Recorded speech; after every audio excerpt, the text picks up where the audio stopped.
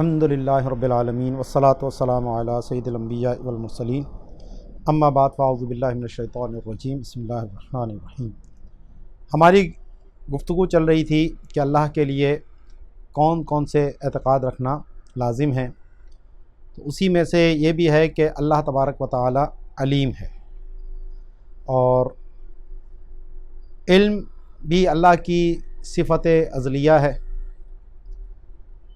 کہ والعلم صفت ازلیۃ قائمۃ بذاتہ تعالی تحیط بالشیء علی ما هو علیہ۔ قال اللہ تعالی وان اللہ قد احاط بکل شیء علما، کہ اللہ کی صفت علم جو ہے وہ ازلی ہے اور اس کی ذات کے ساتھ قائم ہے، اور ہر شے کو وہ محیط ہے، چاہے جزئی ہو یا کلی ہو، چھوٹی ہو یا بڑی ہو، تو یہ تمام چیزوں کو اللہ کا علم جو ہے وہ گھیرے ہوئے ہیں۔ اسی طرح جو موجودات ہیں اللہ کو اس کا بھی علم ہے، اور جو فی الوقت موجود نہیں ہیں بلکہ معدوم ہیں اللہ کو ان کا بھی علم ہے۔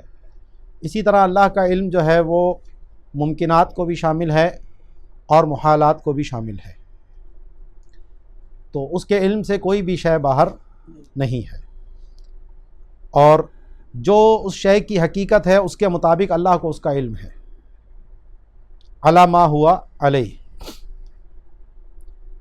اور اب یہ اس کی دلیل پیش کر رہے ہیں کہ اللہ کے لیے صفت علم کا ماننا یہ کیوں ضروری ہے، تو فرماتے ہیں کہ وَإِذَا ثَبَتَ أَنَّهُ الْمُوجِدُ لِجَمِيعِ الْكَائِنَاتِ، کہ جب یہ بات پیچھے ثابت ہو چکی ہے کہ وہ ساری کائنات کو وجود دینے والا ہے، وَالصَّانِعُ لَهَا بِالْقَصْدِ وَالِاخْتِيَارِ، اور یہ بات بھی پیچھے ثابت ہو چکی ہے کہ اس نے جو اس کائنات کو پیدا فرمایا ہے وہ اپنے قصد اور اختیار سے بنایا ہے، وہ اس سے اضطراری طور پر نہیں ہوا جس طرح فلاسفہ کہتے ہیں۔ تو اس کا رد ہم پیچھے کر چکے ہیں کہ جو کچھ بھی ہمیں کائنات نظر آ رہی ہے وہ سب اللہ نے اپنے ارادے سے، اپنے اختیار سے، بغیر کسی کے جبر سے اس کو پیدا فرمایا ہے۔ تو جب یہ چیز ثابت ہو چکی ہے تو اس سے یہ بھی لازم آئے گا کہ استحال عدم علمہ بشیء منہا، کہ اسے ان میں سے کسی چیز کا علم نہ ہو تو یہ محال ہو گیا، کیونکہ جب کوئی چیز انسان اپنے ارادے اور اختیار سے بناتا ہے تو اسے اس کا پہلے علم ہوتا ہے، اس کے مطابق ہی وہ بناتا ہے۔ جیسے ہم اگر کوئی چیز بنانا چاہیں، مثلا یہ ٹیبل ہے، اگر یہ ٹیبل میں بنانا چاہوں گا اور مجھے اس کا بنانا آتا ہے تو مجھے پتہ ہوگا کہ کون سی چیز کیسے بنے گی، کیا ہوگا، کون سے پیس جو ہے کتنے سائز کے کٹیں گے، کتنی تعداد چاہیے، کس طرح اس کو جوڑا جائے گا، یہ ساری چیزوں کا علم ہوگا تو اس کے مطابق پھر میں ایک چیز کو تیار کر سکوں گا۔ تو جب ہمارے جو انسانوں کا معاملہ ہے اس میں کسی چیز کو جب ہم بنانا چاہتے ہیں تو پہلے اس کا علم ہوتا ہے، تو بدیہی طور پر یہ اللہ تبارک و تعالیٰ نے جب اس کائنات کو اپنے قصد اور ارادے سے بنایا اور اتنے تنوع اس کے اندر پایا جاتا ہے، اتنی معاملات، اتنی خوبصورتی، اتنی باریکی، ایک ایک چیز کو اگر ہم غور سے دیکھیں تو بغیر کسی علم کے جو اس بنانے سے پہلے ہو یہ بن ہی نہیں سکتا۔ تو اسی لیے فرماتے ہیں کہ اس کا عدم علم محال ہو گیا ہے، کہ جو جو چیزیں اس نے اپنے قصد اور ارادے سے بنائی ہیں اس کو اس کا کسی چیز کا علم نہ ہو، یہ ہو نہیں سکتا۔ وفی شرح البحری، اور بحر کی جو شرح ہے کنز الفوائد، پیچھے بھی اس کا کئی دفعہ حوالہ گزر چکا ہے، تو اس میں انہوں نے فرمایا کہ لِأَنَّهُ لَوْ لَمْ يَتَّصِفْ بِهِ لَاتَّصَفَ بِضِدِّهِ، کہ اگر اللہ تعالیٰ صفت علم کے ساتھ متصف نہیں ہوگا، بالفرض اگر یہ کہہ دے کوئی، تو پھر لازم ہے کہ اس کی ضد کے ساتھ وہ متصف ہوگا، اس کی جو نقیض ہے، کیونکہ ارتفاع نقیضین تو نہیں ہوگا، اور وہ الجہل، تو اگر علم نہیں ہوگا تو جہل ہوگا، ان دو کے درمیان کی کوئی چیز نہیں ہے، یا تو جہل ہوگا یا علم ہوگا، تو اگر علم نہیں ہے تو جہل ہوگا، اور جہل جو ہے وہ اللہ کے حق میں محال ہے، وذالک محال لأنہ نقص، کیونکہ یہ نقص ہے اور اللہ تعالیٰ کی ذات جو ہے وہ نقائص سے پاک ہے۔ وتعالی اللہ عن ذلک علوا کبیرا، اور اللہ تعالیٰ اس بات سے بہت بلند و بالا ہے۔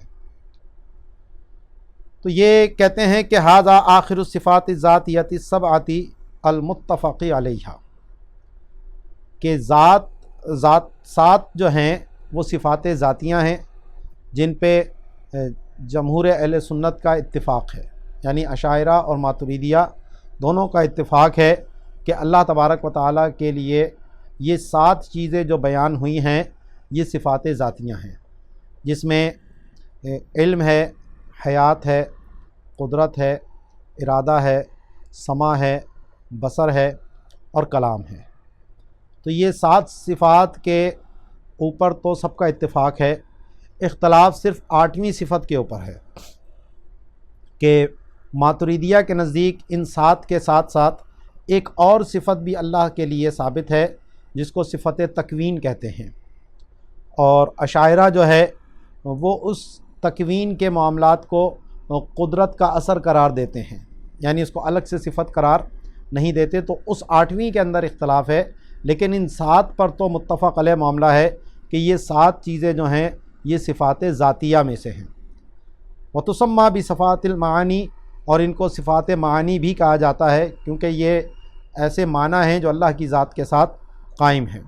وَإِنَّمَا سُمِّيَتْ ذَاتِيَةً مَعْنَوِيَّةً لِكَوْنِهَا مَعَانٍ قَائِمَةً بِالذَّاتِ لَا تَنْفَكُّ عَنْهَا، اور ان کو ذاتیہ معنویہ اس لیے کہتے ہیں، تو معنویہ اس لیے کہتے ہیں کہ یہ معنی ہیں، اور ذاتیہ اس لیے کہتے ہیں کہ یہ اللہ کی ذات کے ساتھ قائم ہے، اس سے جدا نہیں ہوتے۔ تو پیچھے ہم نے پڑھ لیا صفات نفسیہ ایک ہے جو وجود ہے، کہ وجود کے لیے سب سے پہلے وہی صفت ثابت ہے، اس کے بعد دیگر صفاتیں کا ثبوت ہوتا ہے، اور صفات ذاتیہ یعنی ذات سے جن کی نفی کرنا جائز نہیں ہے، ذات کے لیے جن کا ہونا ضروری ہے، تو وہ 7 تو متفق علیہ ہو گئیں، اور 8ویں تکوین میں اختلاف ہے، اور باقی 5 جو ہم نے پڑھی تھیں، قدیم ہونا، باقی ہونا، حوادثات کا محل نہ ہونا، تو یہ جو تھیں یہ صفات سلبیہ میں سے تھیں، یعنی اللہ کی ذات سے جن کی نفی کرنا وہ لازم ہے۔ اب صفات کے ثبوت اور عدم ثبوت کے حوالے سے جو اسلامی فرقے ہیں، یعنی جو اسلام کا دعویٰ کرتے ہیں، ان میں اختلاف رہا ہے، تو اس اختلاف کو یہاں پر اب بیان کرتے ہیں کہ وَعْلَمْ أَنَّ إِثْبَاتَ الصِّفَاتِ لَهُ تَعَالَى مَذْهَبُ جَمِيعِ أَهْلِ السُّنَّةِ، کہ اللہ تعالیٰ کے لیے صفات کا ثابت کرنا یہ تمام اہل سنت کا مذہب ہے، اس میں اہل سنت کا کوئی اختلاف نہیں ہے کہ اللہ تبارک و تعالیٰ کے لیے صفات ثابت ہیں۔ دیگر جنہوں نے انکار کیا ہے وہ کون کون ہیں، تو ان کا ذکر کرتے ہوئے فرماتے ہیں وقال جمہور الباطنیۃ بإنکارها كلها حتى قالوا كل ما يجوز اطلاقه على الخلائق لا يجوز اطلاقه علیہ تعالی۔ باطنیہ ایک فرقہ ہے کہ جو کہتا ہے ہر چیز کا ایک ظاہر ہے اور ایک باطن ہے، تو قرآن کا بھی ایک ظاہر ہے ایک باطن، تو وہ ہر چیز کا ایک باطنی معنی بھی لیتے ہیں، جن کو ہمارے عرف و عادت میں آغا خانی کہا جاتا ہے۔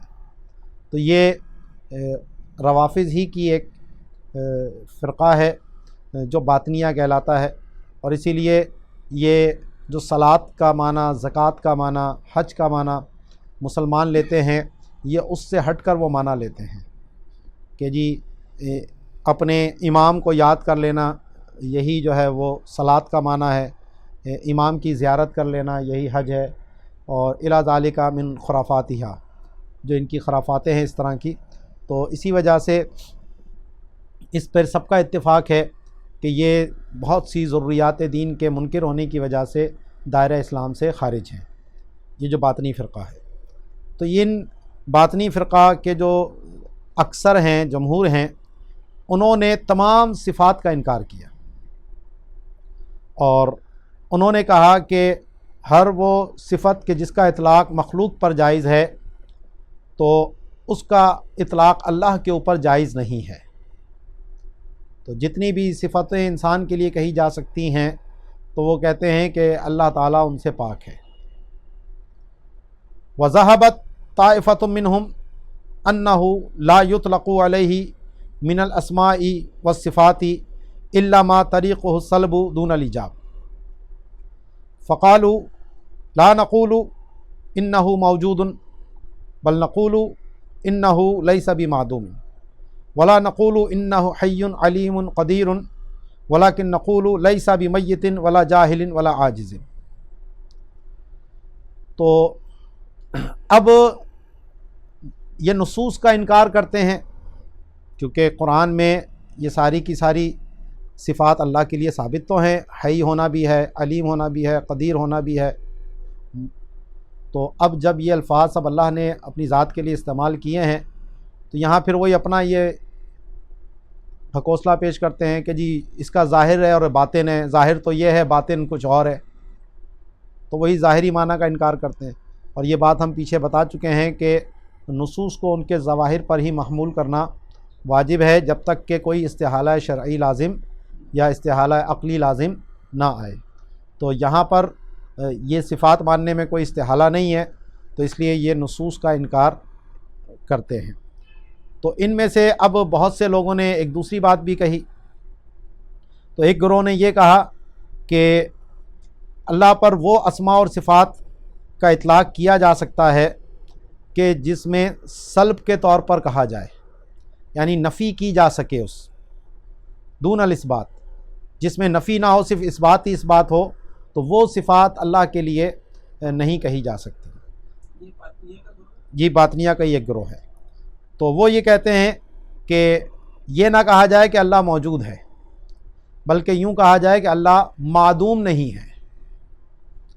اسی طرح ہم یہ نہیں کہیں گے کہ اللہ حی ہے، علیم ہے، قدیر ہے، بلکہ یہ کہیں گے کہ وہ میت نہیں ہے.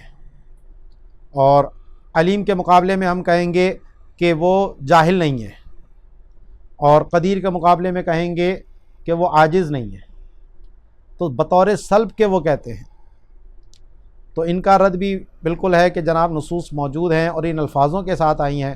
قرآن میں حی، علیم، قدیر آیا ہے، لیسا بھی معدوم یا لیسا بھی جاہل یا لیسا بھی عاجز کے ساتھ نہیں آیا. تو جب الفاظ اللہ نے اپنی ذات کے لیے جو استعمال کیے ہیں تو ان کو ان کے ظاہر پر ہی محمول کیا جائے گا. جی بطور سلب کے، کیونکہ ان پر الزام آیا کہ جناب قرآن پہ تو یہ الفاظ آئے ہیں تو تم ان کا انکار کیسے کر سکتے ہو. تو اس کا پھر مطلب وہ یہ بیان کرتے ہیں کہ یہ بطور سلب کے آئے ہیں، ان کا ظاہری معنی مراد نہیں ہے، اسی لیے تو باطنیہ کہلاتے ہیں.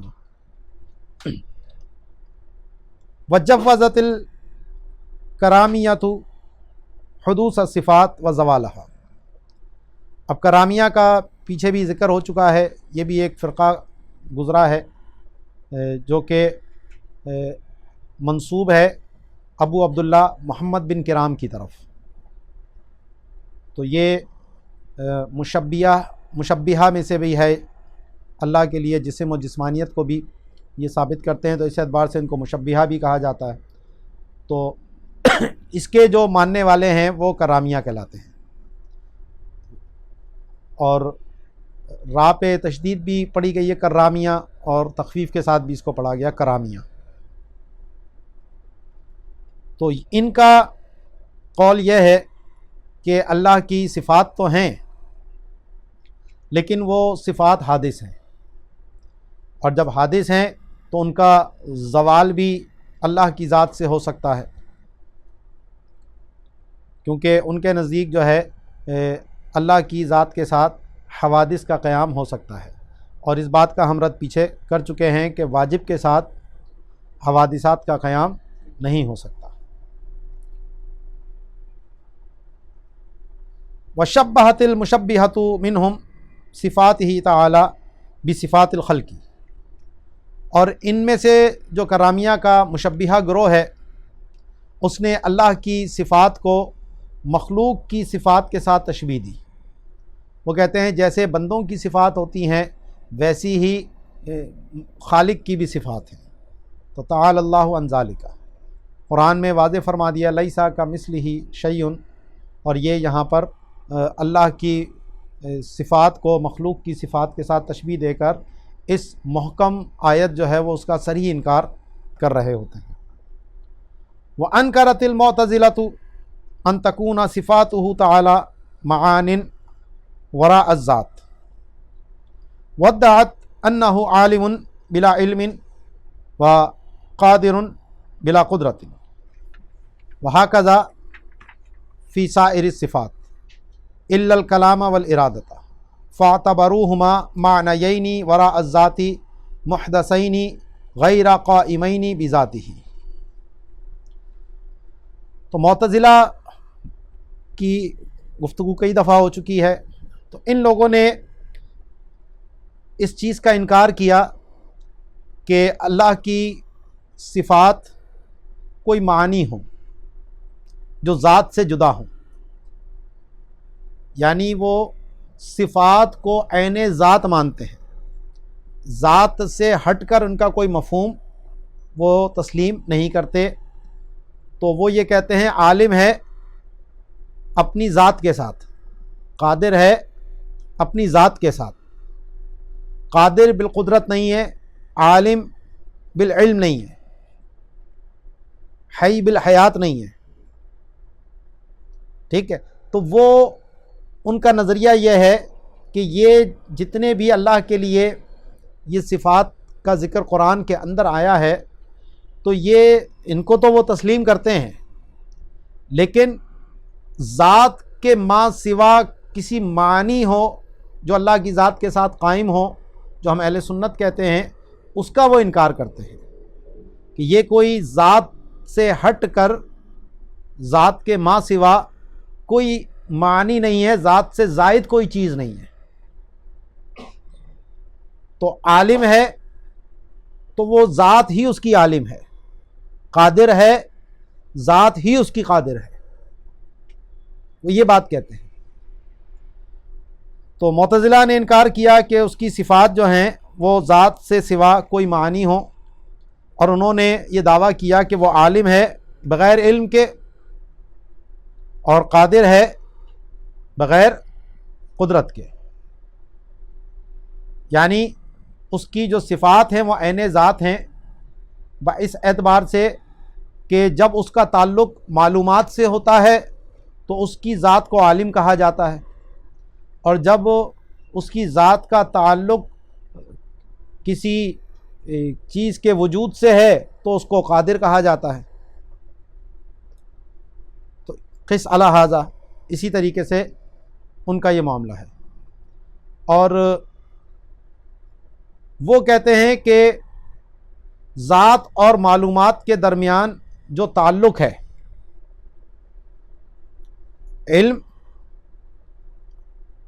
اور ذات کی، ہم علم اور معلومات کی بات کرتے ہیں، وہ ذات اور معلومات کی بات کرتے ہیں، کہ ان کے درمیان جو تعلق ہے، جو نسبت ہے، اس کو یہ لوگ حال کہتے ہیں۔ اور حال ایسی چیز ہے کہ جو نہ موجود ہوتی ہے نہ معدوم ہوتی ہے، اور اسی کو یہ عالمیت کہتے ہیں کہ ذات اور معلوم کے درمیان جو نسبت ہے یہ عالمیت کی نسبت ہے، اور یہ عالمیت جو ہے وہ ایک حال ہے۔ جس طرح بعض اشاعرہ جو ہیں وہ صفات معنویہ کو ثابت مانتے ہیں، یعنی قدیر کے ساتھ، قدرت کے ساتھ وہ قدیر بھی مانتے ہیں، عالم کے ساتھ، علم کے ساتھ وہ علیم بھی مانتے ہیں، تو یہ جو صفات معنویہ ہیں یہ بھی حال ہی کے قبیل سے ہیں، یعنی یہ بھی ایک نسبت کا معاملہ ہے کہ جب علم کا مصداق ہوگا تو یہ قدیر، علم کا مصداق علیم کی صورت میں ہوگا، قدرت کا مصداق قدیر کی صورت میں ہوگا، حیات کا مصداق حی کی صورت میں ہوگا۔ تو یہ جو مصداق کی وہ بات کرتے ہیں بعض اشاعرہ جیسے امام الحرمین امام جوینی ہیں، تو یہ لوگ ان صفات ذاتیہ کے ساتھ ساتھ کچھ صفات معنویہ بھی مانتے ہیں جس کو وہ حال سے تعبیر کرتے ہیں۔ اچھا، جو اکثر متکلمین ہیں ہمارے وہ اس حال کا انکار کرتے ہیں کہ حال کوئی چیز نہیں ہے، یہ تعلقات ہی ہوتے ہیں اور اس کے سوا ان کی کوئی حیثیت نہیں ہوتی۔ تو یہ جو معتزلہ ہیں وہ کہتے ہیں کہ اللہ کی ذات کے سوا کوئی اور صفات خارج میں وجود نہیں رکھتی، کوئی ایسے معنی نہیں ہیں جو اللہ کی ذات کے ساتھ قائم ہوں سوائے قدرت کے، سوائے ارادے کے اور کلام کے، کیونکہ پیچھے ہم نے پڑھا تھا کہ کلام کو وہ مانتے ہیں ایجاد کلام کے طور پر کہ اللہ نے کلام کو پیدا فرمایا، نہیں کلام لفظی کی وہ بات کرتے ہیں۔ اسی طرح ارادے کو بھی وہ مانتے ہیں ما وراء ذات، لیکن حادث کے طور پر مانتے ہیں جو کہ اللہ کی ذات کے ساتھ قائم نہیں ہے۔ وہ دلیل اپنی یہ پیش کرتے ہیں معتزلہ کہ اگر اللہ کے لیے صفات کو ثابت مانا جائے تو یا تو وہ قدیم ہوں گی یا حادث ہوں گی۔ تو حادث ہونا تو باطل ہے کہ اللہ کی ذات جب واجب ہے تو اس کے ساتھ حوادث کا قیام تو ہو نہیں سکتا، تو کرامیہ جس طرف گئے ہیں۔ تو اب یا تو وہ خود بھی قدیم اور واجب ہوں گی، اور اگر ان کو قدیم اور واجب مان لیا جائے تو اس سے تو توحید کا ابطال لازم آتا ہے، کیونکہ یہ اللہ کے ساتھ ساتھ وہ صفات بھی ایسی چیز ہو گئیں جو قدیم ہیں اور واجب ہیں، تو اللہ کی ذات کے مغائر ہیں، کیونکہ وہ ذات سے علاوہ ان کا ایک معنی موجود ہے، عین ذات تو ہے نہیں، تو اس سے پھر غیر اللہ کا قدیم ہونا لازم آیا اور تعدد قدماء لازم آیا کہ قدیم ایک سے زیادہ ہو گئے۔ تو یہ اسی اشکال سے بچنے کے لیے انہوں نے صفات کا انکار کیا۔ وہ کہتے ہیں کہ ذات سے ہٹ کر کوئی اور صفات کا وجود نہیں ہے تاکہ تعدد قدماء لازم نہ آئے، اور اسی وجہ سے کیونکہ وہ اپنی دانست میں توحید کے ماننے والے ہیں اور ہم جس چیز کو تسلیم کر رہے ہیں یہ توحید کے ان کے بقول منافی ہے، تو اسی لیے انہوں نے اپنا نام جو ہے اصحاب التوحید والعدل رکھا۔ ابتدا میں بھی گفتگو ہوئی تھی، معتزلہ اپنے آپ کو اصحاب التوحید کہتے ہیں، جس طرح آج بھی یہ وہابیہ جو ہیں وہ اپنے آپ کو اصحاب توحید کہلاتے ہیں، یعنی نبوت کی نفی کر کے وہ سمجھتے ہیں کہ ہم نے توحید کو ثابت کیا۔ تو اسی طرح کا خبط جو ہے یہ جو وہابیہ کو ہوا یہ نیا نہیں ہے، ان سے پہلے معتزلہ کو بھی یہی خبط تھا، اور وہ اہل حق کو اپنی دانست میں غلطی پر سمجھ کر تو نام رکھ لینے سے کچھ نہیں ہوتا، اصل چیز وہ ہے کہ جو نقل کے مطابق ہو اور عقل کے مطابق ہو۔ تو جب قرآن میں حدیثوں میں اللہ کے لیے صفات کا ذکر آیا ہے اور ان کو ہم اس معنی پر محمول کر سکتے ہیں کہ جس سے کوئی استحالہ شرعی یا استحالہ عقلی لازم نہیں آتا، تو پھر ہم پر لازم ہے کہ نصوص کو ہم ان کے ظاہر پر ہی رکھیں گے۔ اس کو چھوڑ کر کچھ اور چیز بیان کرنا یہ نصوص کے انکار کی طرف لے جاتا ہے۔ تو اس وجہ سے ہم اہل سنت کا مذہب یہ ہے کہ اللہ کے لیے صفات ثابت ہیں جو کہ اس کی ذات کے ساتھ قائم ہیں۔ تو آگے یہ جو اشکال انہوں نے پیش کیا تعدد قدماء کا، تو ماتن نے پوری تفصیل سے اس کے اوپر گفتگو کی ہے، انشاءاللہ آج ہی ہم اس کے اوپر بھی آگے بات ابھی کرتے ہیں۔ تو اسی لیے فرماتے ہیں والکل باطل، یہ باطنیہ کا نظریہ ہو یا کرامیہ کا نظریہ ہو یا معتزلہ کا نظریہ ہو، یہ سب کے سب باطل نظریات ہیں۔ لقیام الدلیل النقلی والعقلی علی خلافی، کیونکہ ان موقف کے خلاف پر دلیل عقلی بھی موجود ہے اور دلیل نقلی بھی موجود ہے، جو ابھی آگے انشاءاللہ ہم اس کو اور بیان کرتے ہیں۔ وہ اعلیٰ حضرت نے جو بیان کیا حاشیے میں، انشاءاللہ اس کو ہم آگے بیان کریں گے، کیونکہ ابھی سننے والے کے سامنے جب تک یہ پوری چیز نہیں آئے گی تو صوفیہ کے مذہب اور ان میں فرق کیا ہے وہ واضح نہیں ہوگا۔ پہلے ایک چیز معلوم ہونا ضروری ہے، پھر ہی تو اس میں فرق ہم واضح کر سکیں گے۔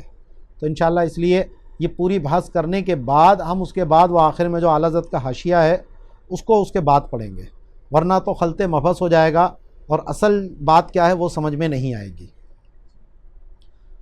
آگے جو 13ویں بات جس کا اعتقاد رکھنا کہ اللہ کے لیے وہ واجب ہے کہ انہ متصف بصفات الافعال، کہ اللہ تبارک و تعالی صفات افعال کے ساتھ متصف ہے۔ ای صفات تدل علی تاثیر، یعنی ایسی صفات جو تاثیر کے اوپر دلالت کرتی ہیں، نحو الخالق البارئ المصور، جیسا کہ خالق ہونا، باری پیدا کرنے والا ہونا، مصور صورت دینے والا ہونا، والرزاق والمحیی الممیت، اسی طرح رزق دینے والا، حیات دینے والا، موت دینے والا، والکل یجمعها اسم التکوین، اور ان تمام صفات افعال کو لفظ تکوین جو ہے وہ جامع ہے، یعنی یہ جتنی بھی صفات افعال ہیں اگر ہم ان کو ایک لفظ میں بیان کرنا چاہیں تو وہ تکوین کا لفظ ہے۔ تو اللہ تعالیٰ صفت تکوین کے ساتھ متصف ہے، بمعنی اندراجہا تحتہ، کیونکہ یہ ساری جو صفات افعال ہیں وہ اس ایک تکوین کے تحت آ جاتی ہیں۔ وصدقہ علی کل منہا، اور لفظ تکوین جو ہے ان میں سے ہر ایک کے اوپر صادق آ جاتا ہے۔ قال اللہ تعالی انما امرہ اذا اراد شیئا ان یقول له کن فیکون، کہ جب اللہ، اس کا معاملہ تو یہ ہے کہ جب وہ کسی شے کا ارادہ فرماتا ہے تو اسے کہتا ہے کن، تو وہ ہو جاتی ہے۔ تو اب اس آیت میں جو ماتریدیاں ہیں جو 8 صفات ذاتیہ کو مانتے ہیں تو ان کی دلیل موجود ہے، کیونکہ کسی چیز کا وجود اور عدم اس کا تعلق تو صفت قدرت سے ہے، جو پیچھے بھی میں نے آپ کو بات کہی تھی کہ قدرت جو ہے وہ مصححہ ہے، یعنی اس چیز کا وجود ہونا یا نہ ہونا اس کو صحیح قرار دینے والی ہے، کہ ہو بھی سکتی ہے اور نہیں بھی ہو سکتی۔ اور جو ارادہ ہے وہ صفت مرجحہ ہے، ترجیح دینے والی ہے، کہ ممکن تو دونوں چیزیں تھیں، تو عدم سے وجود کو کس چیز نے ترجیح دی، پھر مخصوص وقت میں اس کا وجود ہوا، مخصوص صفات کے ساتھ اس کا وجود ہوا، تو یہ جو چیزیں اس کے ساتھ حاصل ہوئی ہیں اس کو، تو ان کو ترجیح کس چیز نے دی، تو وہ صفت ارادہ ہے۔ اب صفت ارادہ سے ہی یا قدرت سے وہ چیز وجود میں آ جاتی ہے، یا اس کے لیے کچھ اور بھی چیز درکار ہے؟ تو اشاعرہ کہتے ہیں کہ جب اللہ کسی چیز سے ارادہ فرماتا ہے تو جو مرجحہ آئی تو وہی جو قدرت مصححہ تھی وہی مؤثرہ بن جاتی ہے، وہی قدرت اس میں اثر ڈالتی ہے اور اس چیز کو وجود بخش دیتی ہے۔ جبکہ ماتریدیہ یہ فرماتے ہیں کہ ارادے کے بعد ایک اور چیز بھی ضروری ہے، اور وہ صفت تکوین ہے۔ تو یہ جو صفت تکوین ہے یہ مؤثرہ ہے، یہ اثر ڈالتی ہے اور وہ چیز عدم سے وجود میں آ جاتی ہے۔ اور قرآن کی جو یہ آیت فرمائی کہ جب اللہ کسی چیز کا ارادہ فرماتا ہے تو فرماتا ہے ہو جا، تو اس سے ماتریدیہ کے قول کی تائید ملتی ہے، کیونکہ اگر صفت ارادہ سے ہی چیز کا وجود ہو جائے پھر تو عبارت اس طرح ہونی چاہیے تھی کہ اذا اراد شیئا فیکون، کہ اللہ جب کسی چیز کا ارادہ فرماتا ہے تو وہ ہو جاتی ہے. تو یہ تو نہیں فرمایا اللہ نے، بلکہ کیا فرمایا؟ ان یقول لہ کن، اللہ فرماتا ہے ہو جا. تو یہ جو فرماتا ہے ہو جا، یہ کنایا ہے صفت تکوین سے. تو وہ صفت تکوین اپنا اثر دکھاتی ہے فیکون، اور وہ چیز عدم سے وجود میں آ جاتی ہے. تو اس آیت کو اسی لیے یہاں پر ماتن نے پیش کیا کیونکہ وہ خود بھی ماتریدی ہیں، تو ماتریدیہ کے قول کو ہی تائید قرآن کی اس آیت سے بھی حاصل ہے. وَعْلَمْ أَنَّهُ لَا خِلَافَ بَيْنَ أَهْلِ السُّنَّةِ فِي كَوْنِهِ تَعَالَى خَالِقًا وَرَزَّاقًا مُحْيِيًا وَمُمِيتًا وَنَحْوِ ذَلِكَ فِي الْأَزَلِ، کہ اس میں اہل سنت کا کوئی اختلاف نہیں ہے کہ ازل میں اللہ تعالیٰ خالق بھی ہے، رزاق بھی ہے، محیی بھی ہے اور ممیت بھی ہے، اور اسی کی طرح رزاق بھی ہے. ٹھیک ہے. اور اب اختلاف اس بات میں ہے کہ یہ کس اعتبار سے ہے. تو بمقتضی ذاتی ہی عند الماتریدیہ، تو ماتریدیہ کے نزدیک تو جس طرح دیگر اور صفات اس کی ذات کے تقاضے سے ہیں اور ذات کا تقاضا اس سے جدا نہیں ہوتا، اسی لیے وہ ذات کے ساتھ ازلاً ابداً قائم ہے. تو اسی طرح یہ جو صفت تکوین بھی ہے وہ جب اللہ کی ذات کے تقاضے سے ہے تو وہ بھی قدیم ہو گئی. وَبِمَانَا أَنَّهُ سَيَخْلُقُ عِنْدَ الْأَشَاعِرَةِ، اور ماتریدیہ کا تو ہو گیا اشاعرہ کے نزدیک کہ ان قریب اللہ پیدا فرمائے گا، یعنی ما یعولو کے اعتبار سے، ہونے کے اعتبار سے اللہ کے لیے یہ صفات جو ہیں وہ ازل میں بھی ثابت تھی. وَإِنَّمَا الْخِلَافُ فِي التَّرْزِيقِ وَالتَّخْلِيقِ وَالْإِحْيَاءِ وَالْإِمَاتَةِ وَنَحْوِهَا الْمُعَبِّرُ عَنْهَا بِالتَّكْوِينِ، تو اختلاف جو ہے وہ رزق دینے میں ہے، پیدا کرنے میں ہے، زندہ کرنے میں ہے، موت دینے میں ہے. تو کیونکہ ان چیزوں کا وہ کہتے ہیں کہ وجود کسی حادث کے بغیر ہو نہیں سکتا. رزق تبھی دیا جائے گا کہ جب کوئی رزق لینے والا ہو. تخلیق اس وقت ہوگی کہ جب کوئی خلق کا معاملہ ہو، پیدائش حدث کا معاملہ ہو. اسی طرح زندہ اسی کو کیا جائے گا جو موجود، جس کو عدم سے وجود آیا ہے، تو یہ تو ازل میں نہیں ہوگا. اسی طرح اماتہ کا معاملہ ہے جس کو تکوین کہا جا رہا ہے. تو فَعِنْدَ الْمَاتُرِیدِیَّةِ كَالْأَوَّلِ قَدِیمَةٌ وَعِنْدَ الْأَشْعَرِیَّةِ حَادِثَةٌ، تو ماتریدیہ کے نزدیک تو یہ قدیمہ ہے کیونکہ ذات کا تقاضا ہے تو اس لیے قدیم ہے، اور ماتریدیہ کے نزدیک حادث ہے لِكَوْنِهَا عِنْدَهُمْ عِبَارَةٌ عَنْ تَعَلُّقَاتِ الْقُدْرَةِ، کیونکہ یہ ساری چیزیں وہ کہتے ہیں کہ قدرت کے تعلقات سے ہیں، اور تعلقات کے جو قدرت ہیں، جو تعلق ہوتا ہے وہ حادث ہوتا ہے.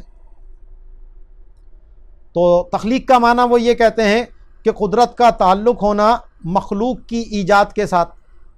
قدرت تو موجود ہے لیکن جب اللہ نے جس وقت میں ارادہ فرمایا اس کو پیدا کیا تو یہ اس قدرت کا تعلق اس مخلوق کے ساتھ ہوا، تو یہ جو تعلق ہے وہ تو بعد میں ہوگا، تو جو بعد میں ہوگا وہ حادث ہوا. اسی طرح ترزیق جو ہے وہ قدرت کا تعلق ایصال رزق سے ہے، رزق کا پہنچانا. تو یہ سب کے سب کیا ہیں؟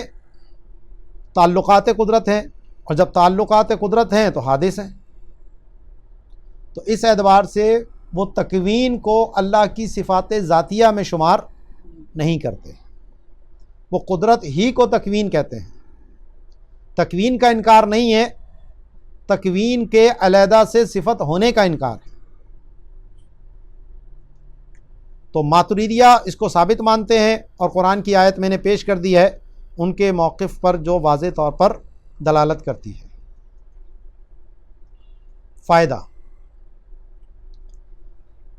لما کانت الصفۃ لیست بعین الذات بمعنی ان مفہومها غیر مفہومها ولا غیرها منفصلا عنها لقیامها بها وعدم انفکاکها لا يتوجہ حدیث تعدد القدماء اذ لا مغایرۃ فی الحقیقۃ بینها وبین الذات ولا بین بعدها بعد۔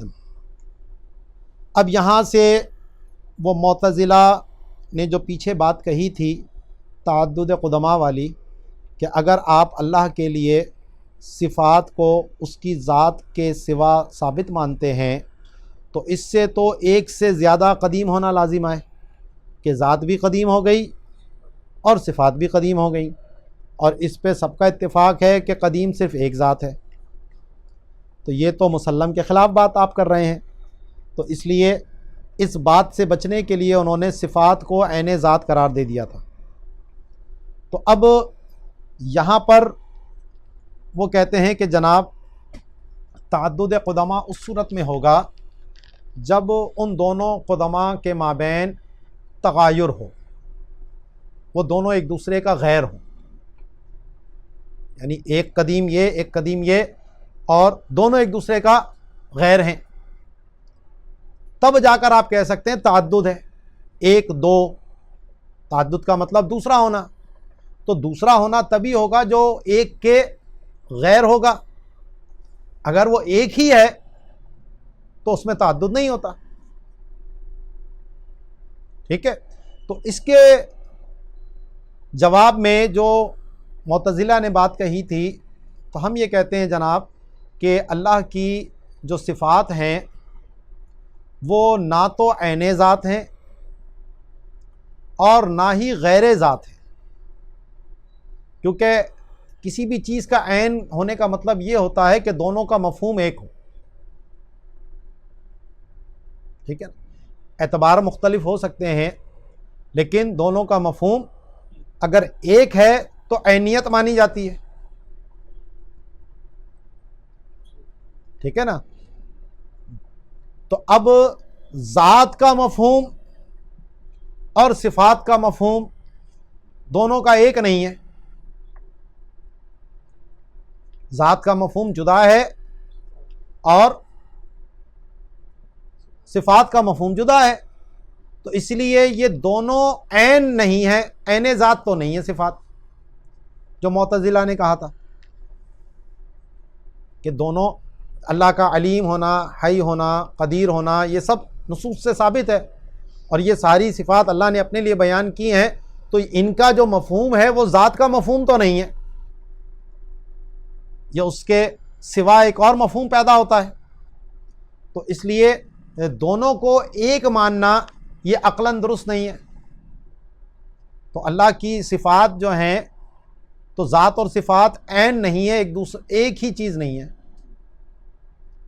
تو صفات عین ذات نہیں، کیوں؟ کیونکہ دونوں کا مفہوم ایک نہیں۔ اور غیریت کس کو کہا جاتا ہے؟ جدا ہونا کس کو کہا جاتا ہے؟ کہ یہ اس کا غیر ہے، تو جب دو الگ ہو سکیں تو کہا جاتا ہے کہ یہ اس کا غیر ہے۔ جب جدا ہو سکے تو پھر اس کو غیریت کہا جاتا ہے، اگر وہ اس سے جدا نہ ہو سکے تو اس پر غیریت کا اطلاق نہیں ہوتا۔ تو اللہ کی جو صفات ہیں کیونکہ وہ ذات کے تقاضے سے ہیں، اور ذات کا تقاضا اس سے جدا ہو نہیں سکتا، ذات کا مفہوم ان صفات کے بغیر متصور نہیں ہے، اسی طرح یہ صفات بغیر ذات کے متصور نہیں ہے، اسی طرح یہ جو تعدد صفات ہیں تو ایک صفت دوسری صفت کے بغیر متصور نہیں ہے، انفکاک نہیں ہے، ان میں جدا نہیں ہو سکتی۔ تو جب ان میں جدائیگی محال ہے تو لہذا یہاں غیریت نہیں پائی گئی۔ تو جو تعدد قدما والی بات تھی وہ تو اس صورت میں ہوتی جب ان میں غیریت ہوتی، تو عین ذات نہیں، اس سے معتزلہ کا رد ہو گیا، اور غیریت نہیں، اس سے جو تعدد قدما کا وہ الزام ہم پر دے رہے تھے اس کا جواب ہو گیا۔ سمجھ آئی بات؟ تو فرماتے ہیں کہ جب صفت عین ذات نہیں، اس مفہوم میں، اس معنی میں کہ ان صفات کا جو مفہوم ہے وہ ذات کے مفہوم کا غیر ہے، اور نہ ہی غیر ذات ہیں، کہ یعنی یہ کہا جائے کہ یہ ذات سے جدا ہو سکتی ہیں، تو یہ غیر ذات بھی نہیں ہے کہ اس سے جدا ہوں، کیونکہ ان صفات کا قیام ذات کے ساتھ ہے اور اس سے وہ کبھی جدا نہیں ہو سکتی۔ کیوں نہیں ہو سکتی؟ کیونکہ ذات کا تقاضا ہے، ذات کا تقاضا ہے، تو ذات کا تقاضا اس سے جدا، جب تک ذات ہے اس کا تقاضا ہے تو مقتضا کا موجود ہونا ضروری ہے۔ تو فرماتے ہیں لا یتوجہ حدیث تعدد القدما، تو یہاں پر ایک سے زائد قدیم کے ہونے والی بات ہماری طرف متوجہ نہیں ہوتی۔ اذ لا مغایرۃ فی الحقیقۃ بینھا و بین الذات، کیونکہ ان ذات اور صفات کے مابین اصلاً مغایرت نہیں ہے، کوئی مغایرت نہیں ہے۔ ولا بین بعضھا ببعض، اسی طرح جو بعض صفات کے مابین ہے تو ان میں بھی مغایرت نہیں ہے کہ ایک صفت دوسری صفت سے جدا نہیں ہو سکتی۔ آگے یہ بھی معتزلہ ہی نے اعتراض کیا تھا کہ جناب جو نصارہ ہیں انہوں نے اللہ کی ذات کے لیے 3 صفات مانی تھیں جو قدیم تھیں، تو وہ کافر ہو گئے، تو تم تو 7 یا 8 مان رہے ہو، وہ تو 3 مان کے کافر ہو گئے، تو تم تو ان سے بھی زیادہ مان رہے ہو، تو تم پر یہ حکم کیوں نہ لگے؟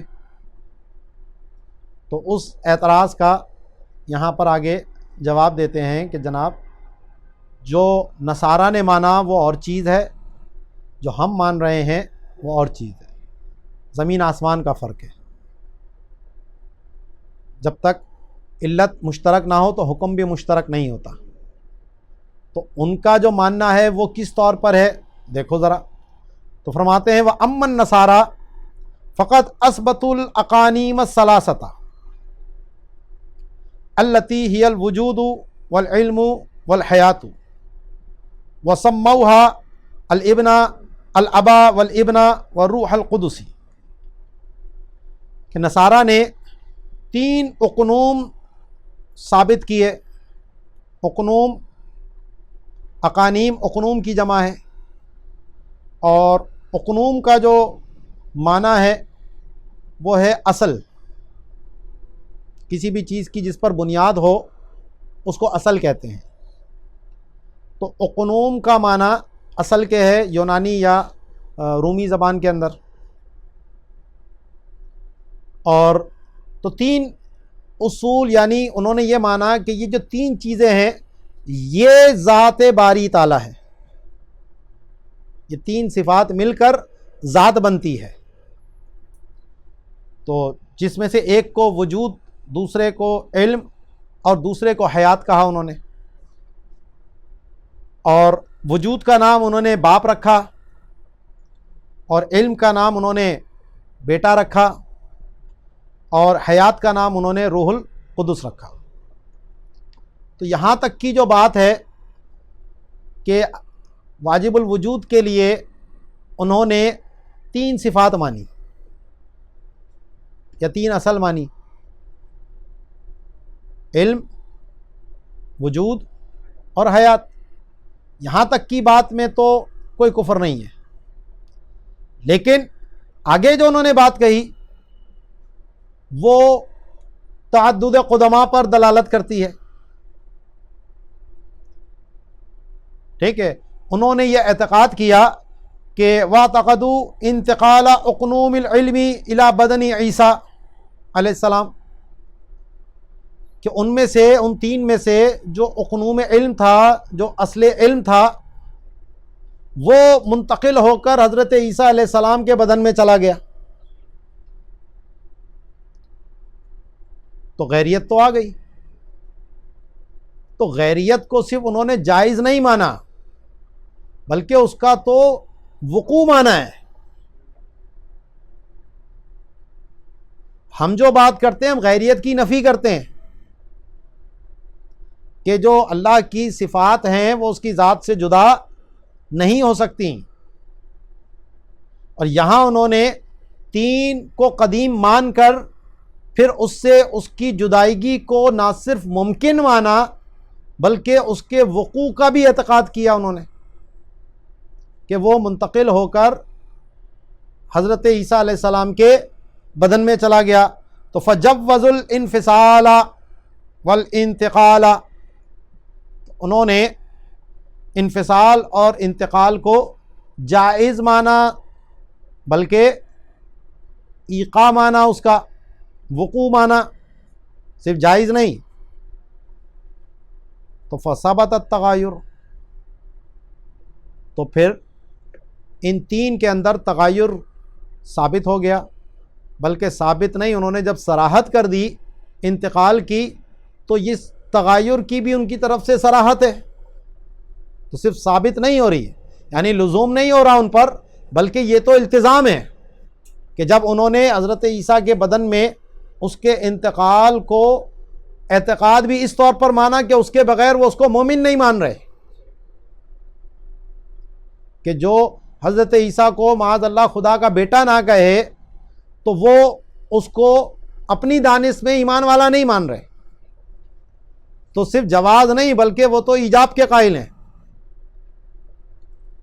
تو اس لیے یہاں پر تغیر صرف ثابت نہیں ہے بلکہ التزام ہے.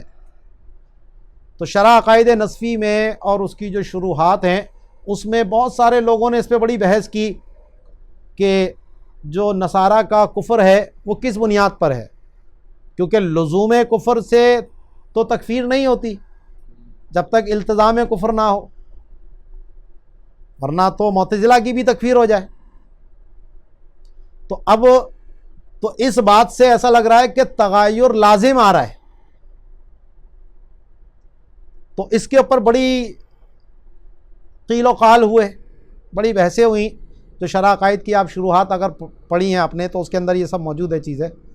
تو علامہ عبدالعزیز پرہروی رحمۃ اللہ علیہ نے پھر کہا کہ بھائی اس چکر میں پڑھنے کی ضرورت کیا ہے، دیگر اور نصوص قرآن میں موجود ہیں ان کے کفر کے اوپر. تو جب ان کے کفر پر قرآن میں نصوص موجود ہے تو ہمیں اس بحث میں پڑھنے کی ضرورت ہی نہیں ہے. جیسے وہ ہمارے دور میں مسٹر طاہر القادری جو اپنے آپ کو شیخ الاسلام کہلاتے ہیں، تو ان کو بھی یہ خبط ہوا کہ جی بلیورز جو ہیں ان کے اندر یعنی ایمان والوں میں یہ نصارہ بھی شامل ہیں اور یہ یہودی بھی شامل ہیں. قرآن ان کو کہتا ہے کہ فقط کفروا، انہوں نے کفر کیا، وہ کافر ہیں، اللہ ان پہ کفر کا اطلاق کر رہا ہے. اور یہ ہمارے جو بنام شیخ الاسلام ہیں اپنی گمان کے اندر، تو وہ کہہ رہے ہیں جناب کہ یہ جو نصارہ ہیں اور یہ جو یہودی ہیں یہ بھی ایمان والے ہیں، بلیورز ہیں. اب اندازہ لگا لیے جہالت کا کیا عالم ہوتا ہے. تو قرآن کی واضح نصوص کے مقابلے میں ان کو جو ہے وہ اہل ایمان کہا جا رہا ہے. تو یہی بات یہاں پر بھی ہے. تو میں نے اس جو بحث قیل و قال ہوئی اس کا رد میں یہاں کر رہا ہوں. تو میں یہ کہہ رہا ہوں جناب انہوں نے صرف جواز کی بات نہیں کی کہ جہاں سے آپ لزوم کی بات کریں، انہوں نے تو اس چیز کی صراحت کی ہے بلکہ اس اعتقاد کی دعوت بھی دی ہے، اور اسی اعتقاد کے اوپر وہ قائم ہے کہ انتقال ہو چکا۔ تو انتقال اور تغیر میں فرق کیا ہے؟ صرف لفظ ہی کا تو فرق ہے، بات تو دونوں کی ایک ہے۔ تو اس لیے انہوں نے تغیر لزوم نہیں ہے ان پر، بلکہ تغیر کا التزام ہے، تو اس لیے انہوں نے تعدد قدماء کو مانا ہے، اور جب تعدد قدماء کو مانا ہے تو اس اعتبار سے بھی وہ کافر قرار پاتے ہیں، دیگر اور ان کے کفریات الگ ہیں، ٹھیک، کہ جو نصارہ ہیں وہ حضرت موسیٰ علیہ السلام کی نبوت کو تسلیم نہیں کرتے، یہ بھی ایک الگ کفر ہے۔ تو کفر ایک سے بڑھ کر ایک ہو سکتے ہیں، ایک سے زائد دلیلیں ہو سکتی ہیں، لیکن یہ خود جو دلیل ہے وہ بھی ان کے کفر کی واضح دلیل ہے۔ تو والحاصل، تو خلاصہ یہ نکلا کہ ان المستحیل تعدد ذوات قدیمۃ لا ذات و صفات، تو محال ایک سے زیادہ ذات کا قدیم ہونا ہے، ذات و صفات کا قدیم ہونا یہ محال نہیں ہے۔ فی شرح مقاصد بعد بیان مذہب اہل الحق قال وهذا لفرط تحرزهم عن القول بتعدد القدماء حتى منع بعضهم ان يقال صفاته قديمة وإن كانت أزلية بل يقال هو قديم بصفاته، وآثر أن يقال هي قائمة بذاته أو موجودة بذاته، ولا يقال هي فيه أو معه أو مجاورة له أو حالة له لإيهام التغاير، وأطبقوا على أنها لا توصف بكونها آرادا۔ تو اب یہاں پر ایک اور احتیاط کی طرف وہ توجہ دلا رہے ہیں کہ بہت سے ہمارے علماء نے صفات کے اوپر لفظ قدیم کے اطلاق سے منع فرمایا، تو اس کی وجہ کیا تھی؟ یہ نہیں ہے کہ وہ جو قدیم کا معنی ہے اس کا انکار کر رہے ہیں، بلکہ وہ لفظ قدیم کے اطلاق میں احتیاط کی بات کرتے ہیں۔ تو فرماتے ہیں کہ شرح مقاصد کے اندر جب اہل حق کا مذہب بیان کر دیا تو اس کے بعد انہوں نے فرمایا کہ جو ہمارے علماء ہیں وہ تعدد قدماء کے قول سے بچنے میں انتہائی احتیاط کرتے تھے، تو حتیٰ کہ بعض ہمارے علماء متکلمین نے اس بات سے منع کیا کہ یوں کہا جائے کہ اللہ کی صفات قدیم ہے، یوں نہ کہا جائے، بلکہ اگرچہ وہ ازلی ہیں، بلکہ یوں کہا جائے کہ ہوا قدیم بصفاتہ، کہ واجب الوجود جو ہے وہ قدیم ہے اپنی صفات کے ساتھ، صفات کے ساتھ، صفات کو علیحدہ سے قدیم نہ کہا جائے۔ اور انہوں نے اختیار کیا کہ یوں کہا جائے کہ ہیا قائمۃ بذاتہ، کہ جب صفات کی بات آئے تو آپ اس طریقے سے اپنے عقیدے کا اظہار کریں کہ وہ ذات واجب تعالیٰ کے ساتھ قائم ہے، یا یہ کہا جائے کہ وہ واجب تعالیٰ کی ذات کے ساتھ موجود ہیں۔ یہ نہ کہا جائے کہ صفات جو ہیں وہ ذات میں ہیں، کہ ذات معاذ اللہ ظرف بن جائے اور وہ اس میں مظروف کے طور پر ہوں، تو یہ تو غیریت ہو گئی، ظرف مظروف غیر ہوتے ہیں ایک دوسرے کا۔ او معہ، یا یہ کہا جائے کہ صفات جو ہیں وہ ذات کے ساتھ ہیں، معیت کے ساتھ، کیونکہ معیت بھی غیریت کا تقاضا کرتی ہے، ایک جس کے ساتھ ہونا اور جو اس کے ساتھ ہے، تو دو چیزیں ہو گئیں، تو معیت بھی غیریت کی طرف ایہام لے کر آتی ہے۔ او مجاورتن، یا اس میں مجاور ہیں، اس کے ساتھ مجاور ہیں وہ صفات، تو یہ بھی غیریت کی بات کی طرف لے کے جاتی ہے۔ او حالۃ فیہ، یا صفات جو ہیں وہ ذات میں حلول کیے ہوئے ہیں، تو اللہ تعالیٰ بھی حلول سے پاک ہے۔